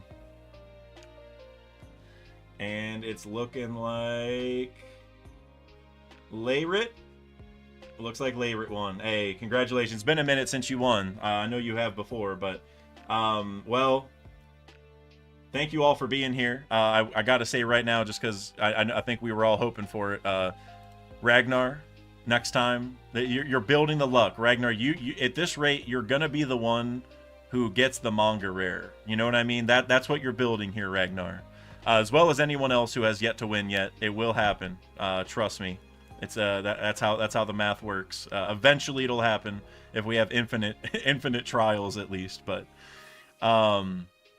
thank you all for being here for real. I am gonna stick around for a little bit and talk about maybe like a little bit of manga stuff if you guys want to. I'm not I don't have a whole lot to do today, but I did want to talk. I mean, the spoilers aren't out yet, so if there was a time to talk about it, it'd be now. So I will stick around for a little bit, but that is it for the cards. So congratulations, Winston, and I think I just saw a chat from you that said, what's the email? Look in the description. It's dak.dealing@gmail.com. But if you just, description might be a little bit easier for you to remember. So head down there. But yeah, that was one of our best openings ever. I'm not gonna lie. Like the amount of good cards we got was crazy. We got 5 alternate arts. We didn't get any secret rares, which that's the first time. But maybe that's like a rare thing. You know what I mean? Like, I don't know. Maybe I'm just special that I got all secret rares up to this point. So there we. If I could, I'm trying to get everything set back up here. It's easier said than done. There we go. All right, now we're looking good. Ow. These glasses are starting to hurt my ear a little bit. Lord Vegeta, my guy, I'm so sorry. I see you super chatted. You said some are born to lose. Hashtag Vegeta. Hey, dude, you have Vegeta in the name. You set yourself up for failure there a little bit. But no, man, like I said, it's just, we're gonna, whenever we get the manga rare, that's your time to shine. That's when you're finally gonna cook. So I wouldn't even be worried about it. I'd take it in stride. As you always do. And the W's coming. The size of your W is gonna be tremendous. Like I said, whenever there's a Jinbei manga rare, that's when everything is gonna change. Oh yeah, thank you Vex for plugging the email. Yeah, and if you did win, please do not go to the email that's like if you go to my channel and go to like the description about me and go to like business email, and that one is for my sponsor agency. Don't go to that one. Go to the one in the description here on this VOD. Makes a big difference. I saw Killer Comedy TV in the chat. Killer, it has been a minute, my guy. Are you feeling better about the Lions' loss last year, or the Pistons season? Have you been in hiding since then? But I'm glad you're here regardless. The Pistons have been making some good moves, so you should. Well, I wouldn't be too excited for this season. The Pistons ain't going nowhere this season, but you guys are setting up for something in the future. Didn't you guys get Tobias Harris? I wouldn't be too excited, but that's better than what you had. So. Now just working a ton, new job. Oh, hey, well, what? Well, you tell me as much as you want about your new job. I was about to ask all about it, but I don't know if you want to really dox yourself here. But that's exciting. I hope you're liking the new job, and hopefully you're making a lot of money doing it. That's always the key. Whenever you get a new job because it's an upgrade in pay, that's something to be excited about. Whenever you get a new job for any other reason, it's not quite as good. So, haha, in private. Oh, is it? Oh, is it an OnlyFans, Killer? Is that what it is? Can you send me the link? I'll plug it in my next stream. Brandon King, quick theory idea. Jinbei is a D. I kind of agree with that already. And Jinbei is his last name, making him D Jinbei. He will grant a wish like a digit. Oh, yeah. Because that's like a genie, right? That's like another way of spelling, or like the origins of the word or whatever. That's kind of interesting. And I just want to say, tying to the whole idea that Jinbei is his last name, if I really hope that by the end of the story we have full names for all the Straw Hats, like Usopp. Usopp better be Mont Blanc D Usopp. That's I mean, Oda could cook with other things, but I feel like Mont Blanc D Usopp would just be insane.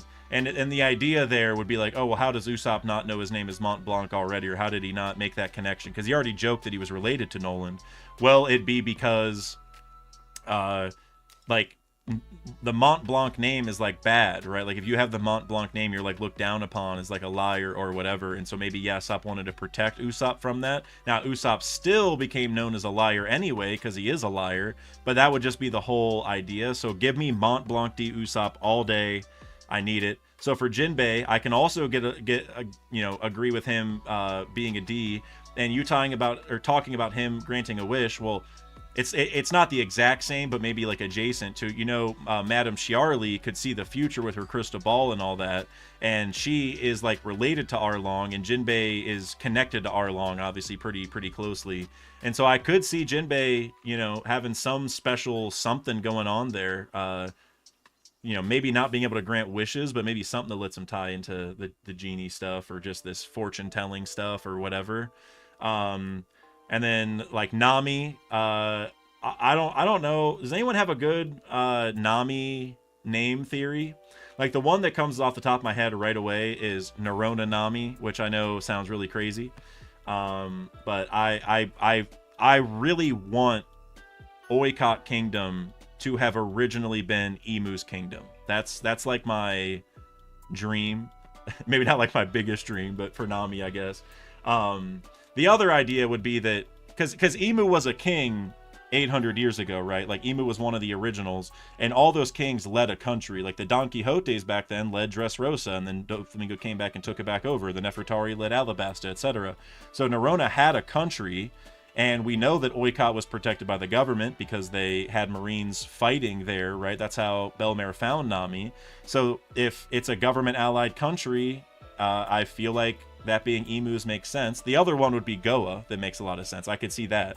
I could see, because I already think Emu is like a stary, like parallel or stelly, whatever you prefer to say, because L and R thing. So I would like, so I think it's either, I think Emu's kingdom was either Goa or Oikot.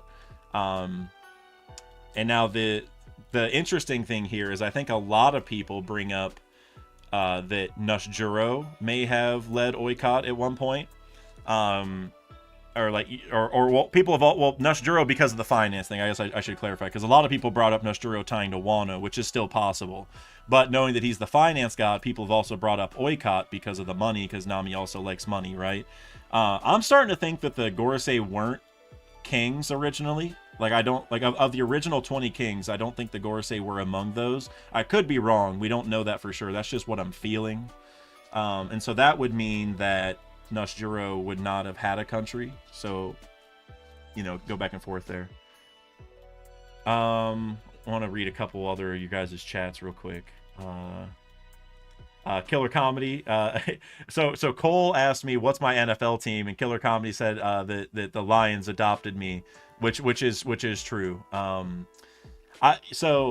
used to like the Cleveland Browns, and for anyone who is into football, you would know that a couple years ago the Browns traded for Deshaun Watson, and that day I stopped rooting for the Browns. It mattered that much to me that I gave up. I mean, I always rooted for the Browns, but I was also a big Tom Brady fan. So like, while I did want the Browns to win every single game they played in, you know, I wasn't like a die-hard fan necessarily.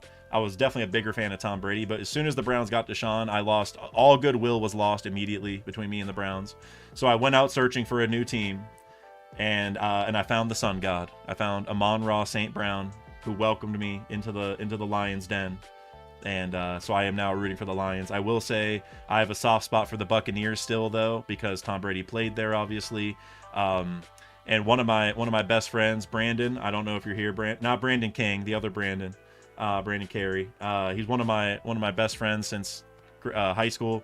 He started watching One Piece because we made bets on the Buccaneers winning the Super Bowl the year that they did win. And so I can thank Tom Brady single-handedly for getting my friend into One Piece. And now he loves it. He's very glad I got him to do it, but he would have never done it if it wasn't for Tom Brady.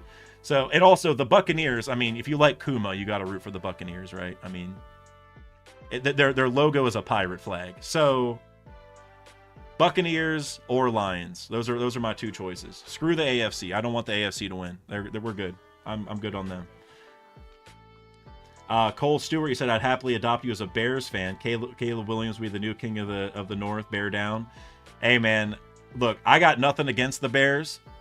I'm all for them to win. It's just they never do, you know. I remember the days of Rex Grossman, Cole. I'm sure you're probably old enough also to remember the days of Rex Grossman. I really wanted the Colts to lose that Super Bowl so bad, and they returned the opening kick with Devin Hester, the GOAT, by the way, and then it fell apart. But hey, if the Bears get good again, I'm all for that. You know, Bears and the Lions are in the same division, so it's tough, and the Lions have never even been to the Super Bowl, right? So I'm kind of inclined to root for them, but I have no problem with the Bears either, because y'all have suffered. Generally speaking, my MO with rooting for sports teams at this point is I want you to win if you've never won before. Like, I don't know if I sound like, you know, just I don't know, like a mom, you know, who like doesn't know anything. Like I just want everyone to be happy. Like genuinely, I just want the teams who have never won to win. I remember, so I'm a Cavaliers fan in the NBA. I remember when the Cavs won the title in 2016. Oh, dude, I was over the moon. It was a feeling that is impossible to duplicate. And I just want every team to have that feeling because the Cavs have never won a title before. Cleveland. I mean, the Guardians now, Cleveland Indians, Guardians, whatever, depending on the time frame. They, they made it to the World Series a couple times, and so that was really fun. But winning the actual title in the NBA too was crazy. So I want everyone to have that feeling. So, Dow, you said you played fantasy football this season. I am not. I've quit fantasy football. I used to play. Every year, I was actually a commissioner of multiple leagues. For, let's see, one league went for 10 years and one went for 9 years. I'm pretty sure. Let's see, I stopped in 2021. We definitely started around 2012. So yeah, so about 9 or 10 years, I was a commissioner of 2 different leagues. We had voting every year to update the rules. We had, it was a very legit, very competitive leagues. But after the Browns lost Deshaun Watson and Tom Brady retired, after the Browns got Deshaun Watson, Buccaneers lost Tom Brady. I don't know, the love for the game fell. And I'm not gonna lie, guys, like I'm not saying you all should go stop watching football or anything like that. Everyone enjoy whatever you want, but I will say the amount of head injuries also matters to me a lot. A kid just died in high school football in Alabama, I believe, the other day from a head injury in a game. He just got tackled like normal, started walking to the sideline, collapsed halfway through, and then got rushed to the hospital and passed away. So, I can't remember your name. Sorry about that, but I feel so bad about it because it's just it's nature of the game, right? And I know a lot of people say, "Oh, freak accidents, whatever." Well, they happen in football way more than anywhere else, and so. Like I said, you guys can definitely keep watching it. I don't think there's no harm in it. No one's doing anything wrong, but the head injury stuff has gotten to me. In terms of me not liking watching it, I did get a concussion in football when I was in high school, and I really didn't like that. That was like really scary for me because I should have just quit that day, to be honest with you. I kept playing, and so the head injuries are a big deal to me. I remember I watched the movie Concussion with Will Smith in like 2008 or something like that. I remember I saw that in theaters because I remember I thought it mattered so much. Maybe it was like 2011, I can't remember, but yeah, so that's a big deal for me. And I think, if you want my personal opinion, I think like 100 years from now we won't have football anymore, at least as it exists. I know that sounds crazy to a lot of people, but like crazier things have happened. And I just think as the head injuries keep mounting and the science, keeps mounting, I think they're going to keep making it safer and safer. And we're going to get to a point to where it's almost flag football is basically how I envision it happening. I think the head injuries are going to be so serious at some point that like someone that matters a lot is going to have a major injury. And I hate saying it that way because everyone matters. But like most of the people who get really bad head injuries in football are like special teamers that nobody knows, right? End of the bench guys. But like, if a major player ever gets a really bad head injury and starts speaking out against it, I think that's really going to matter, and I think that will happen eventually. So, but hey, that's why I'm watching basketball. That's always been my favorite sport. So, go Cavs as always. Paths, you said, yeah, brain damage is scary. Been stopping the hard sparring and boxing for me since over the years I've had my neck hurt, and getting concussions just sucks. Yep, and here's the thing, like, and you probably know this from boxing too, like. You can try to make it as safe as you can and you can limit the damage, but at the end of the day, you got a really important organ suspended in fluid with rock hard walls surrounding it. And the more you jostle your head around and make that brain swash side to side and hit the walls, like there's only so much you can do. There's only like whenever you put all the padding on the helmet and you get hit, like, that definitely helps to not make like major damage, but like your brain is still sloshing around, right? Like we're not built to do these things. So yeah. Killer Comedy, you said any niche sports we watch, boys. I wouldn't say I watch it regularly, but I have caught myself enjoying watching some cricket. I'll be honest. I like that.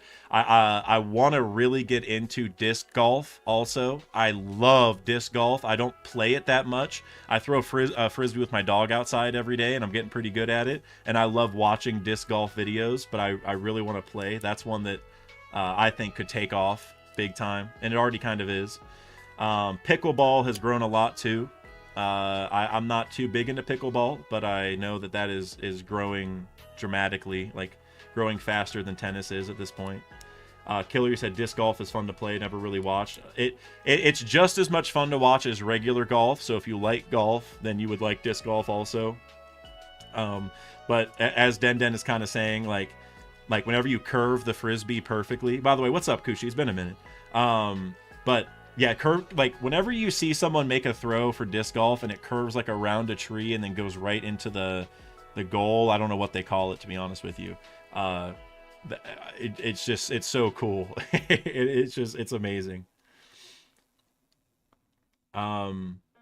Winston, you said not close to comparable, but I'm a pro wrestling fan and head injuries are very serious. No unprotected chair shots to the head, please. Yeah, I even like, because people say this, and it's, you know, true to a certain degree. You know, the wrestling, like WWE stuff, a lot of it's faked, right? I mean, some people have definitely gotten hurt or whatever legitimately doing that, but a lot of time it's fake. But like you're saying, like whenever I see someone like destroy someone with a chair to the face, I'm like, dude, like at what point is the money not worth it anymore? You know what I mean? Like I don't know. There's some stuff that just I don't know. It makes me sad. I mean, I know that they're making money, and I mean they're choosing to do it, but at the same time, like maybe we just shouldn't even have the proposition, you know? Like, and again, I'm overplaying it a little bit, but whenever I go and watch wrestling or UFC or football, and I know I'm overplaying it, I'm aware that I'm on the safer side compared to most people, but I feel a little bit like I'm like watching the gladiators in the Colosseum. You know what I mean? Like, I know these people are just destroying their bodies and hurting each other for entertainment, and I'm always kind of like they're deciding to do it. They're making money. They're okay with it. They consented to it. You know, I'm not upset, but I'm still just like, dang, we're only a few steps removed from the Colosseum. That's what I'm getting at. You know, it's very close. It's just the modern version of it, and so I think we're gonna keep getting safer over time and realizing that it's not cool, but I don't know. But UFC is cool to watch sometimes, because I mean those people are like legit professionals. You know what I mean? Like that takes so much practice and stuff. But sometimes you see the people that are like dead men walking, and they're practically unconscious, but they're not down yet, and they're still getting beat up. And then I'm just like, man, please step in. So it's tough, man. It's tough. It's really tough. Brandon King said, if you've seen Rocky 5, you can feel his pain. His brain damage from consistent boxing created unfixable trauma, so he actively lived through a boxer by airboxing while they were on TV. Yeah.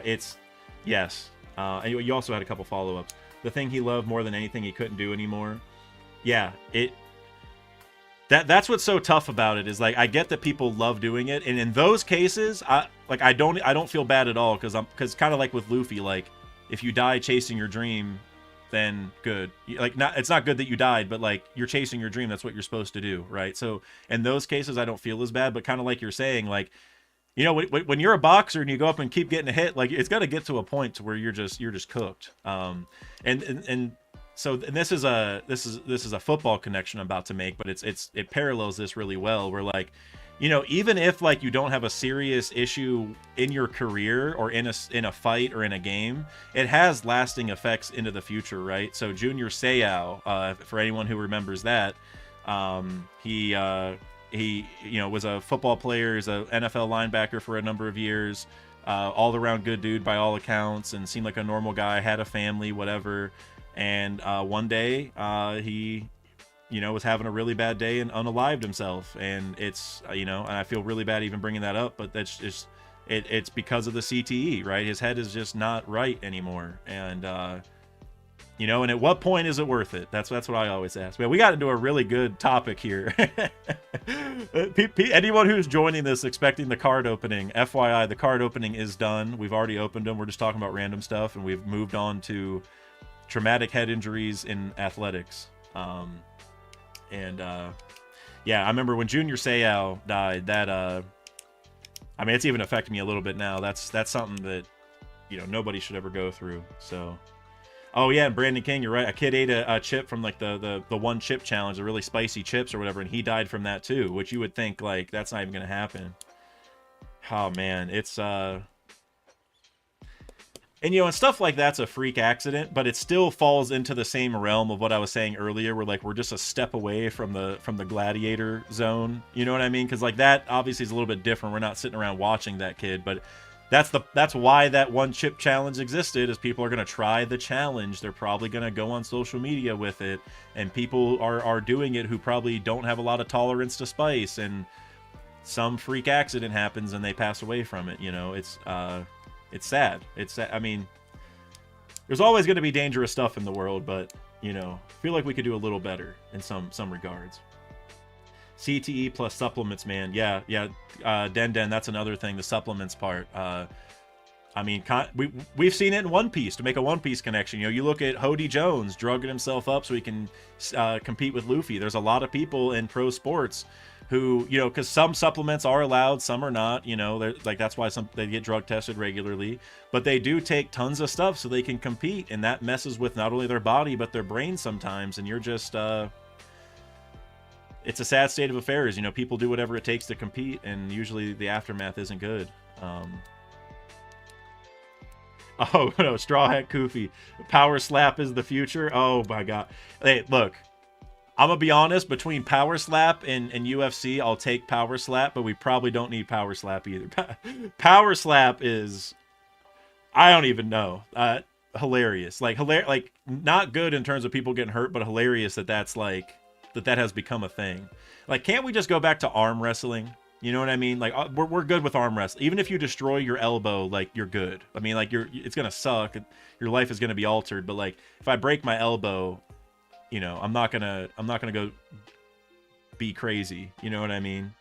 So, and Killer, you said arm wrestling is a great sport to watch, though. I actually agree. I actually really, because dude, sometimes you watch these arm wrestling matches and it's all about technique. Like the guys with like the huge biceps and shoulders and backs and all that don't win every time. Like it definitely helps, right? Like no doubt, but the people with the right, you know, technique or the right like length of arm, like, because isn't it better to have like a shorter arm in arm wrestling? I can't remember all the specifics. I watched a video on it, but some people are kind of built for it. So Alejandro, you said, damn sorry I'm late. Hope you got some really good cards. We did, actually. We got some really phenomenal cards today. We got 5 different alt arts between the 2 boxes, which usually we only get like 1 alt art and 1 secret a box. We got 5 between the 2, which is great. And a lot of other cool ones too, so it was a great opening. Matt Cypher, I also see you pulled up. Appreciate you. Matt Cypher, we're talking about random stuff right now, so if you got any theories, or we're talking about combat sports or dangerous sports, I guess I should say, right now. We got, I don't know, I'm not even sure how we got on this topic. I think somebody asked about football and I just kept talking, but Flevins, you said you fancy a friendly game of Chutes and Ladders. Oh dude, when I was a kid, I was all about Chutes and Ladders.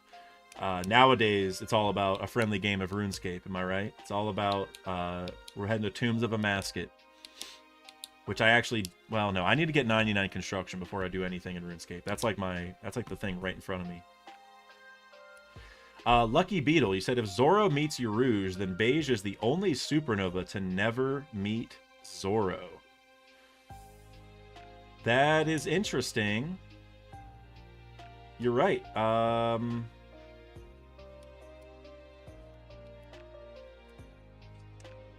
just trying to think if there's any other ones that he hasn't met. Well, Supernova, yes. Hold on. Yeah, no, yeah, you're right. That's interesting. I don't know. I wonder if he'll ever meet him. Oh, I just closed YouTube on accident. Dang it. I wonder if they'll ever meet. I don't know what like the point would be, or what, you know, what Odo would be planning. But that's an interesting idea. The only time they could have met is at Saba Odi, and I don't recall them meeting. So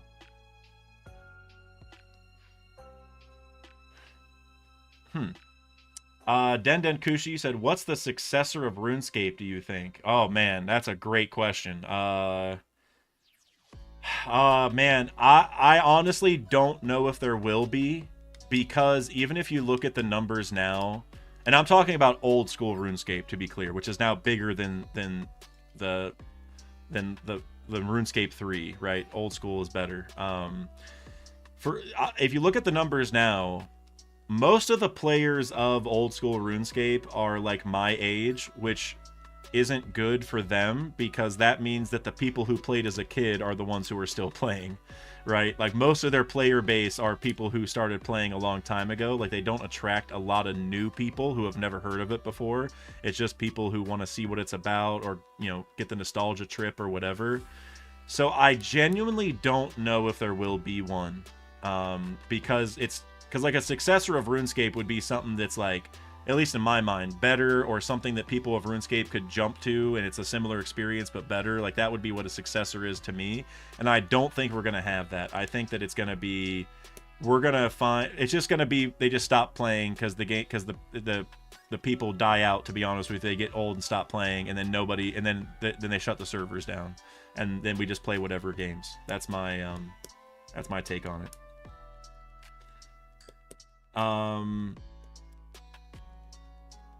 Alejandro said Beige will be in Elbaf then. I honestly wouldn't be surprised, because Big Mom's probably going to be there. And usually we do have multiple Supernova. Like, well, I shouldn't say usually, but it's happened several times. I don't know. Whatever. I just don't want Beige to get in Yarouge's way. All right. That's all I want, is Yarouge to get the shine. If we never see Beige again, but we get to see Yarouge, that we're good.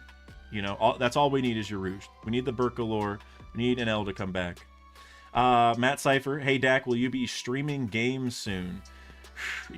Look, I want to say yes, but I know I'm a broken record and I'm probably lying to you. And not that I'm meaning to lie to you, it's just I know that I keep trying and I keep not doing it. What I will tell you though, Matt Cypher, is, and I showed this last stream, I got the Law Xbox controller, which I still have not used yet, but I will be using sometime soon. And I want to play Black Myth Wukong really bad. I might even download that today. I could, well, yeah, like if I were to play it, I would want to play it on stream, and I can't really play it on stream when the spoilers come out, which they're probably going to come out tonight or tomorrow. So I would say pencil me in to start playing Black Myth Wukong on stream sometime in the next month. I really, really want to play. That I've heard nothing but good things about that game. And I mean, and I've heard that several times from other games, like I mean, Elden Ring I still haven't played, but I want to. I still haven't beaten Baldur's Gate. I'm not really close, but I'm pretty close. So I've been really behind on my video gaming, but Black Myth Wukong looks so freaking good, and I've heard so many good things. I'm gonna play it. So yeah, the heart. Yeah, you like this? You guys like this controller? Because this was expensive. I'm not gonna lie to you. It was a pretty penny. It's hand painted. I think the guy's name is Dave. I should just look it up. I should shout him out, because I think he sells them online in case you guys wanted one. I actually got the last LOL one that he had, though. There was one other Xbox controller. I can't find his. I have his like cards somewhere. Maybe it's not Dave. Maybe it's like Dan. I can't remember, but I'll try to find it sometime. But I mean, other people make stuff like this. But yeah, I saw this controller at Anime NYC, walked past it and asked the guy some questions about it. It also has a painting warranty, so if I like use it a lot and the paint starts wearing away or it chips off, I can mail it to him and he'll repaint it and send it back, which is really cool. But I walked by, asked him about it, walked by again, asked him about it, kept doing it, and he was like, it's the last one. And I was like, dude, you know what? I'm about just throw it in the bag. Like, I can't. It was between that one and like a generic One Piece one, which was okay. But that one just looks so good with the heart pirate symbol on the one side and then his like snow leopard pattern on the other side. It was just too good, so we went with that one. Let's see.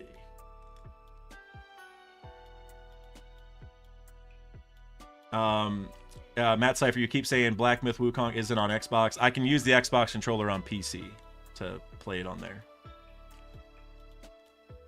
That's how I play all my games. Is I just do PC, but I don't like using mouse and keyboard. I just use a controller.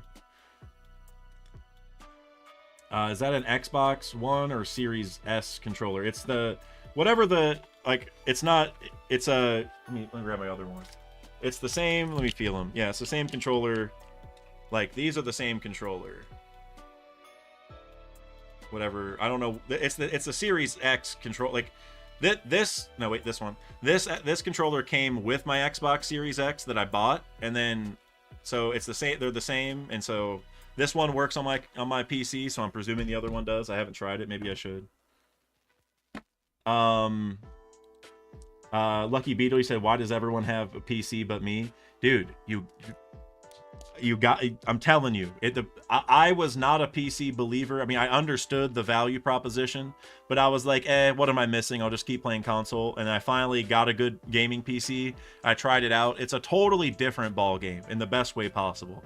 I seriously highly recommend it. And also, for anyone who is thinking about buying a new computer or wants a gaming PC, the prices are pretty favorable right now, even for like pre-built ones, because I and a lot of people, you know, bought the parts and built it themselves or had someone build it. The prices went down a lot for pre-builds, and so if you want a good gaming PC, there's a lot of good deals at this point that you can get a, you know, like a solid system for relatively cheap to what it used to be. So I would recommend it.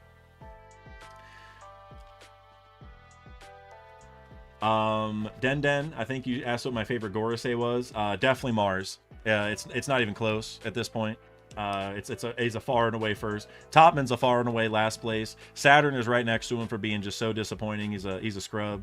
Nushjuro is obviously really hype, and I know a lot of people like him, but he's the finance god, and his name is Ethan, which did not fit his vibe. I was ready for something more serious. His name's not actually Ethan. It's like one of his multiple family names, but just overall, his form is really cool, but he also got cooked by Atlas, which is not a good look for him.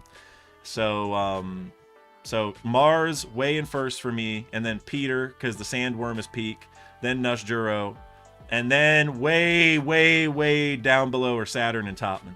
Saturn and Topman are way down there, but Mars is far away in first place. Looks like Gonfall found Punk Records, like found the actual brain inside to go look for the snail.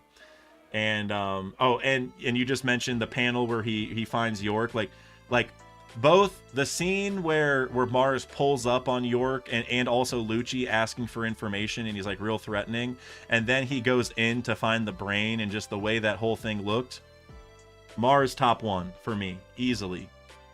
Jupiter is second. And yeah, and like Dilcor saying Topman is so boring. We don't even talk about Topman in this channel. The Topman and Saturn is very, very close to being just as bad. I'm not gonna lie. The only thing that keeps Saturn above, which I understand the logistics behind it, but that Saturn stayed on Egghead, and I understand, like, obviously, you know, he summoned Topman all the way there, and like the circle wore off or whatever from the hockey. I get all of it, but at least Saturn is still here trying to do something. Topman got sent packing. So Flevins, come on, man, we've had such a good day. We had such a good time together, and then you had to drop the bore emojis. And to be clear, it's not spelled B-O-A-R, it's B-O-R-E, because Topman is lame. Topman is the worst. Hit me up when Topman looks identical to a guy called God. All right, that's all I'm saying. That Mars way up here.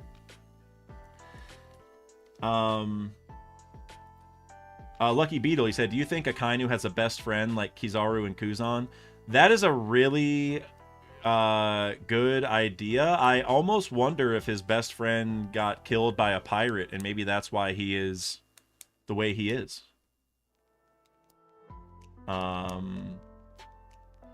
That's actually, yeah, actually I kind of like that idea, because that would give him, because like for Kizaru right now, who was just yelling at Akainu like, dude, have you ever had to kill your best friend? Like I'm over here doing work right now, trying to do my best. Like if you want to come here, you know, yourself, if you have so much time, you can come and try to help, man. You know, like don't complain.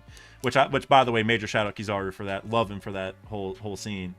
I think that I think it would hit really hard if Akainu does know what it's like to lose his best friend. You know, I think that would actually give him a lot of character backdrop that he really needs. Because right now, the man's a pencil pusher. I got nothing else to say other than that.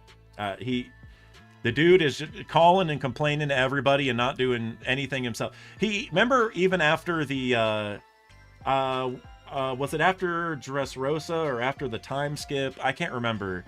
But he even went in to go complain to the Gorosei one time. The Gorosei are like, get out of here. Like, wait, Sakazuki, know your place. Get out. Like, this man is just, to me, useless right now. So I need Akainu to wake up. That's actually going to be a focus of the next Redacted video that I'm working on. It's going to be me and Hidden Island. We're going to talk about the future of the Marines, specifically... well, a lot of things, but one thing I really want to talk about with him is where does Akainu go from here? Because, like I said in my stream, Akainu is seeming to me like a bad Chipotle general manager, and I say Chipotle because I work there. But you know, he's calling into the employees on the shift like, "Hey, dude, everything's on fire. We just got a couple complaints in the system. Why is the dining room a mess? Why are these orders not being made on time?" And then Kizaru would be like my service manager screaming back at me like, hey, if it's so bad and you have all this time to bother me about it, you get in here and help me then, because I'm doing my best. Like that, like Akainu got put in his place right there, which is good. But at the same time, he's got to figure out what that place is, you know? Killer Comedy said, remember long ago when I said Akainu would fight Dragon Deck? Still on that train. Yeah, I mean, for me, I don't think they're gonna have a legit full-on one-on-one fight. Like, I could see them box for a little bit and have some character moments and talk about their past. I would almost say that's like a shoe-in. But I still think Sabo's got to be the one to beat Akainu. I feel like everyone's 50-50. It's either to half the people, that's like a no-brainer obvious thing, and then to the other half, it's like too obvious and lame. And so I'm sure some of you guys are gonna have differing opinions on it. But I think Sabo. Who else is Sabo gonna fight? Because Sabo's got to have a big victory at the end, right? Like the next generation of good people all got to have a victory if we're talking towards the end. And so, like for Dragon, I could see Dragon lose a major fight because he's not the next generation of people, right? Like Sabo is taking up Dragon's mantle. Like I would almost argue Dragon has to die at some point, because that's going to make Sabo the leader of the revolutionaries, and maybe he's going to be even better than Dragon was at it. So I think what's going to happen is Dragon starts fighting Akainu. Sabo comes in partway through so that Dragon can then go fight Emu, and then Dragon will lose to Emu. Sabo will beat Akainu. And then I don't know what'll happen after that, but that's sort of how I feel it. Lucky Beetle, you said, can you do a video on Nami versus the Blackbeard matchup? I have that in the cooker. I'm gonna be honest with you. I do have stuff to say on it, and I feel pretty confident about it. But it's probably the matchup that I'm like least excited about, like where I see the least character depth in it. Which honestly, pretty much all the Blackbeard pirates, I feel the same way. Like, I think some people say like, oh, Nami's gonna fight Lafitte because then it's Navigator versus Navigator. But then the deepness of that fight ends there, right? Like, there's nothing that we know about the past between Lafitte and Nami that would make sense. Their dreams don't conflict. It's not like Lafitte has a map of the world or you know, like, there's nothing beyond that. And so for Nami, if you go down the list, I feel the same way about almost all of them. Some people might say Katarina Devon. Oh, well, Nami's a pretty girl, whatever. Devon hunts the faces of pretty women. Okay, well, we also have Robin on the crew. And the odds are the next crew member we get is going to be a female one way or another. You know, like Vivi is going to rejoin the crew at some point. I don't think Vivi is going to be peacock slashing any Blackbeard pirates. I would actually be shocked if that happened. But you know, a lot of people are saying, oh, Bonnie or Lilith, which I don't think that'll happen either, but there's another example. And just with like the number of crew members on our team, we do need to get another girl member. Or Yamato, which I know Yamato, you know, says she's going to be Odin, so, you know, she's like trying to be a specific man. I get all of that, but I think we all get the logistics here. Yamato would also fit the bill. I actually think Yamato versus Devin is a lock, personally. That's actually one of the next videos I'm going to do. So, for Nami, I do think she's going to fight Vasco Shot. That's where I'm at. I did switch, because I said Brooke is going to fight him before. I've changed my mind. Because I was always debating between Brooke versus Vasco and Nami versus Lafitte, or vice versa. I was always confused, and I have officially switched. So I do think it's going to be Nami versus Vasco, and the logic there is that she can drink more than him, or at least that would be the goal, because he has the sake fruit and whatever, and his whole design is based on a guy who drinks too much. Like his big nose is like, I can't remember what it's called, but there's a specific condition for it, but I think like old men who drink alcohol too much get that condition, or at least that's what I read on the wiki. And so she would have to drink more than him, and he's also just like a super creep. So him fighting a female character makes more sense than a guy character, to be honest. So I got Nami versus Vasco. It's just that one. What I hope is that Vasco has something tying to Oikot or to maps or to something that matters more for Nami. I just don't know what that is.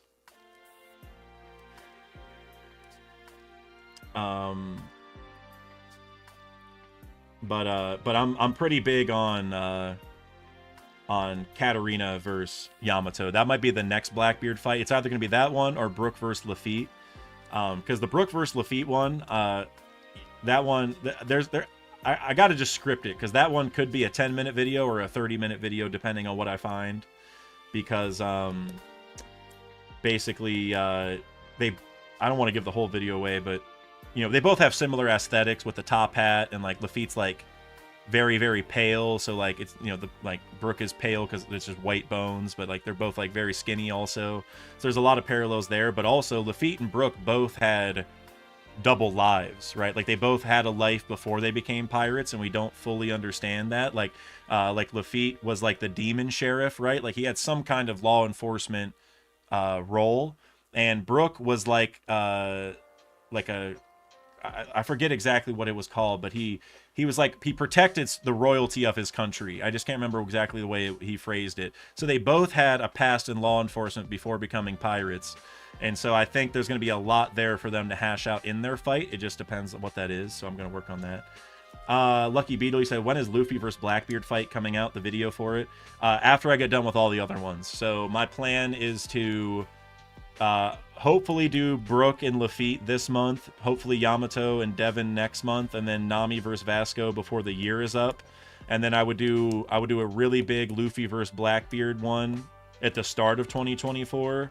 And then probably next spring I would probably also compile them all into one long 2-hour+ video and just make it the whole Blackbeard matchup video. So I would compile them. So that's the rough timeline right now. I'm trying to start to do more videos in general, because as I think a lot of you know and would agree, because I hear this a lot, you know, like, don't you know, it's okay that I take as long as I do on my videos, because they're always worth watching, and like, you know, I always like I put a lot of thought into them, and there's whatever, like they're always, you know, I don't put out just unnecessary info. And I'm going to keep doing that. But at the same time, I don't like how spread out my videos are, both in terms of your guys' viewership, because I'm sure you guys would like more to watch. Also in terms of the algorithm, because doing it consistently really helps me stay consistent in the algorithm and get the views that I need to make, you know, I mean, I do this as a job, right? So that is an element where I need to kind of take care of the algorithm and make sure I'm uploading enough, and I don't think I have been. And then also, I mean, it ties into what I just said, but also, I mean, honestly, I'm not going to lie to you guys, like the money part of it is an element. Like if I could make more videos, I would make more money from the ad revenue, right? And that that does help me in my personal life. So So I want to figure out how to make more videos that are still worth it for you guys to watch, of course, that are new. So I have these Blackbeard fight videos coming. I do want to do a Grand Fleet video really bad. I'm still working on that. We were talking about that in the Discord earlier today. I'm trying to get some people to help me a little bit with thinking through it, because I have a few good baseline ideas. I just am building that up. Trying to think. So I think I brought up the canon One Piece information you missed video that I want to do, where I'm going to cover like all the cover stories, the novels, the SBSs, the magazine, like all these different sources. I am still going to do that, but I think I am going to hold on, sorry, I keep reading chats. I think I'm going to break up that canon information video into multiple videos instead of one, because I was planning on making it one like 2 to 3 hour, like I'm going to cover every auxiliary source of One Piece information and give you everything. And I still kind of want to do that. But like, for instance, I really want to talk about the novels, and only one is known as canon. The other ones are non-canon officially, but they still matter a lot.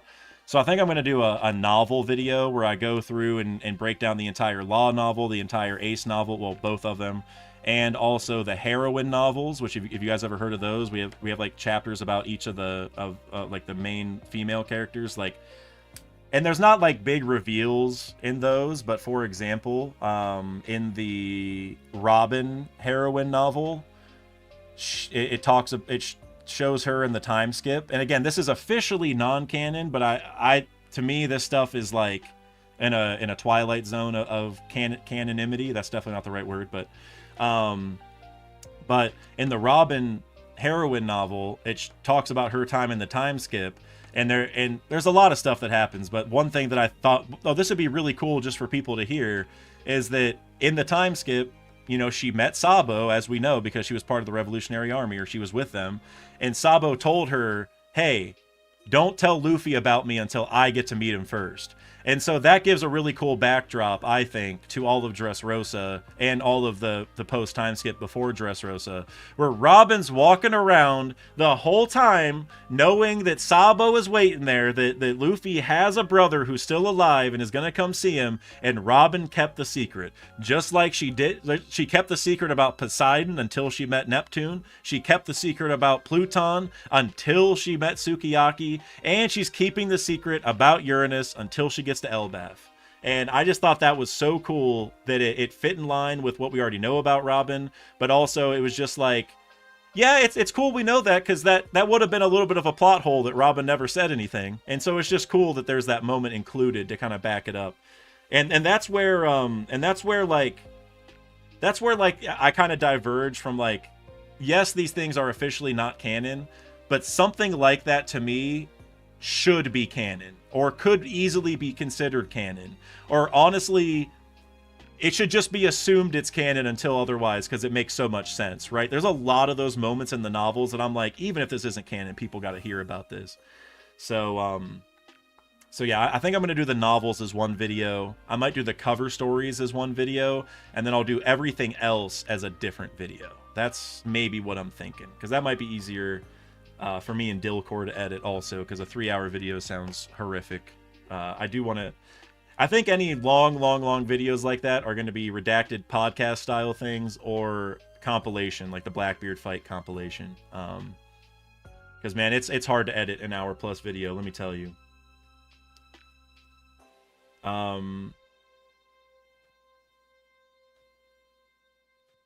Den, you said the algo is tripping right now, or at the moment. Yeah, I have not, I honestly haven't uploaded enough to really even have much of a say in it. And I feel bad saying that, because I love having algorithm discussions and giving my thoughts on it, because it's really hard to tell, you know, because they do change it all the time, that's for sure. And also, as more creators come into the fold and find new types of videos to make, and you know, One Piece has news every week, whether it's, you know, obviously new manga chapters or new episodes, but also I mean, like, obviously these novels get released, new merchandise is getting released, we hear about clothing brands working together, we have the remake, we have the live action. There's so many different things that, like, the algorithm is always kind of adapting, even for One Piece, because One Piece is becoming I would argue, more of a mainstream thing. And so yeah, I wish I had more to say, because I just have not been uploading enough. I've uploaded 2 videos in the last like 2 months, which is not enough.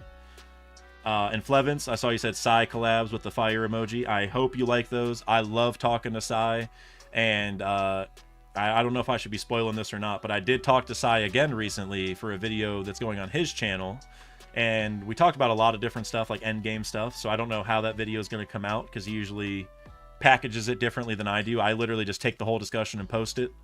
So I don't know what he's going to do, but we do have another discussion coming. I love talking to Psy. That's my guy right there for sure.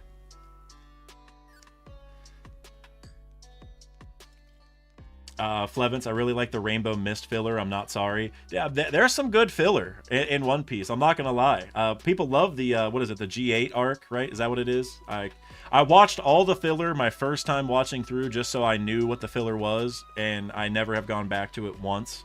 But I think that's what everyone else likes, right? Lucky Beetle, you said, is Emu a guy or a girl? I'm gonna say guy. I think that Emu is a male human being controlled by a female entity. So both. So I'm cheating. I'm definitely cheating on that answer, but I think guy controlled by female entity. So it'll be a guy, it'll be a male voice, and it's a male looking person, but it'll be a female personality. That's basically, because I think a lot of people think it's the opposite, where Emu is controlling Lily's body. I'm not big on that. I think it's the opposite. I think it would make more sense to do, well, like, Lily could make some sense also for different reasons, but if Emu really is, like, you know, one of the original 20 kings, and he's this evil guy that had all these plans and worked with the Gorosei and all that, I just think it would make a lot more sense to keep that person's body the same, so they look the same and sound the same. And if you're like some evil person trying to take over the world, maybe like Doflamingo with the personality swap, which he already talked about, it'd be a lot easier to swap into Emu's body and control that body than a different option, because then they would still think you're Emu, right? Like, if I swap into Emu's body today, they're gonna still think I'm Emu, because I look like him, I talk like him, whatever. So I think that makes more sense for it to be a male body and to look like the original Nerona Emu, but then controlled by another person.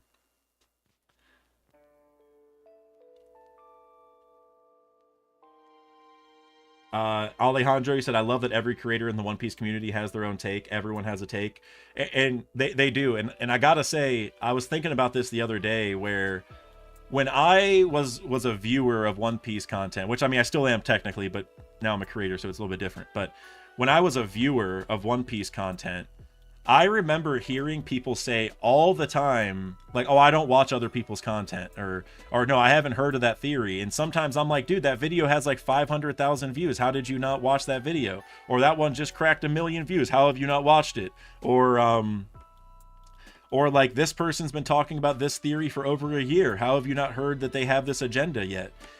But part of the reason that we all have our own takes is because of that. Because, like, you know, it maybe it's happened to me a little bit, but like, if I go and watch someone else's theory or stream, I'm going to be impacted by that, either in terms of like, oh yeah, that's definitely right, I'm not going to think about this theory anymore because this person has the answer, or, oh, the way they viewed this specific part was really good, I think they're right about that, so I'm going to build off of it. Like, you know, it impacts you. And so I think I and a lot of creators probably don't watch each other's content because we have our own takes. Like, if all of us independently come to the same conclusion, that tells you a lot about the strength of the conclusion, right? And so so yeah, it's true. I think that it's actually a benefit that we all don't watch each other's content most of the time, which, I mean, I do watch a lot of people in general. You know, whenever people send me videos and stuff, I watch it. But yeah, I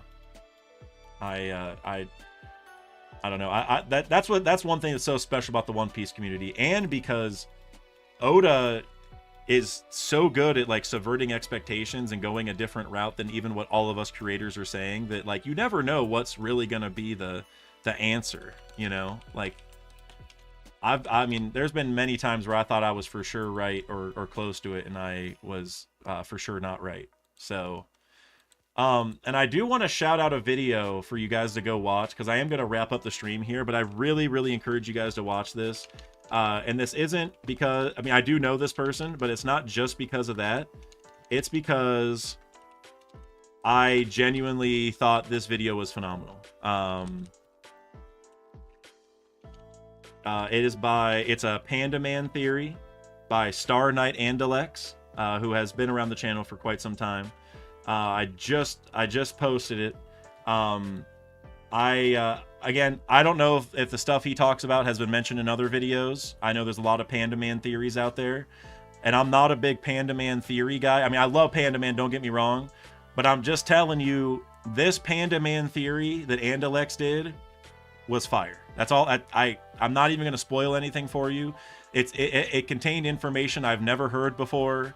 It contained sources I've never even heard about.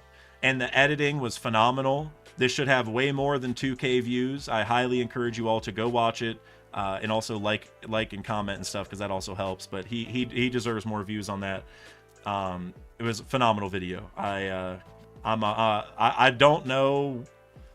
I'm like still wrapping my head around the information. So, and Den's hyping him up too. So much love for the dude. Check him out on the Nothing Happens podcast. Absolutely. Yes, Andalex, he does a lot of great stuff, and same goes for a lot of creators. And definitely check him out, because like I said, this theory was phenomenal. And I'm ending the stream anyway, so I'll leave that with you guys to go watch. Like I said, the source of the information was so new to me, and the information's so compelling. You guys might not agree with the way he synthesizes all of it, but the base information he's showing you is going to be new to you most likely, and you should just go watch it.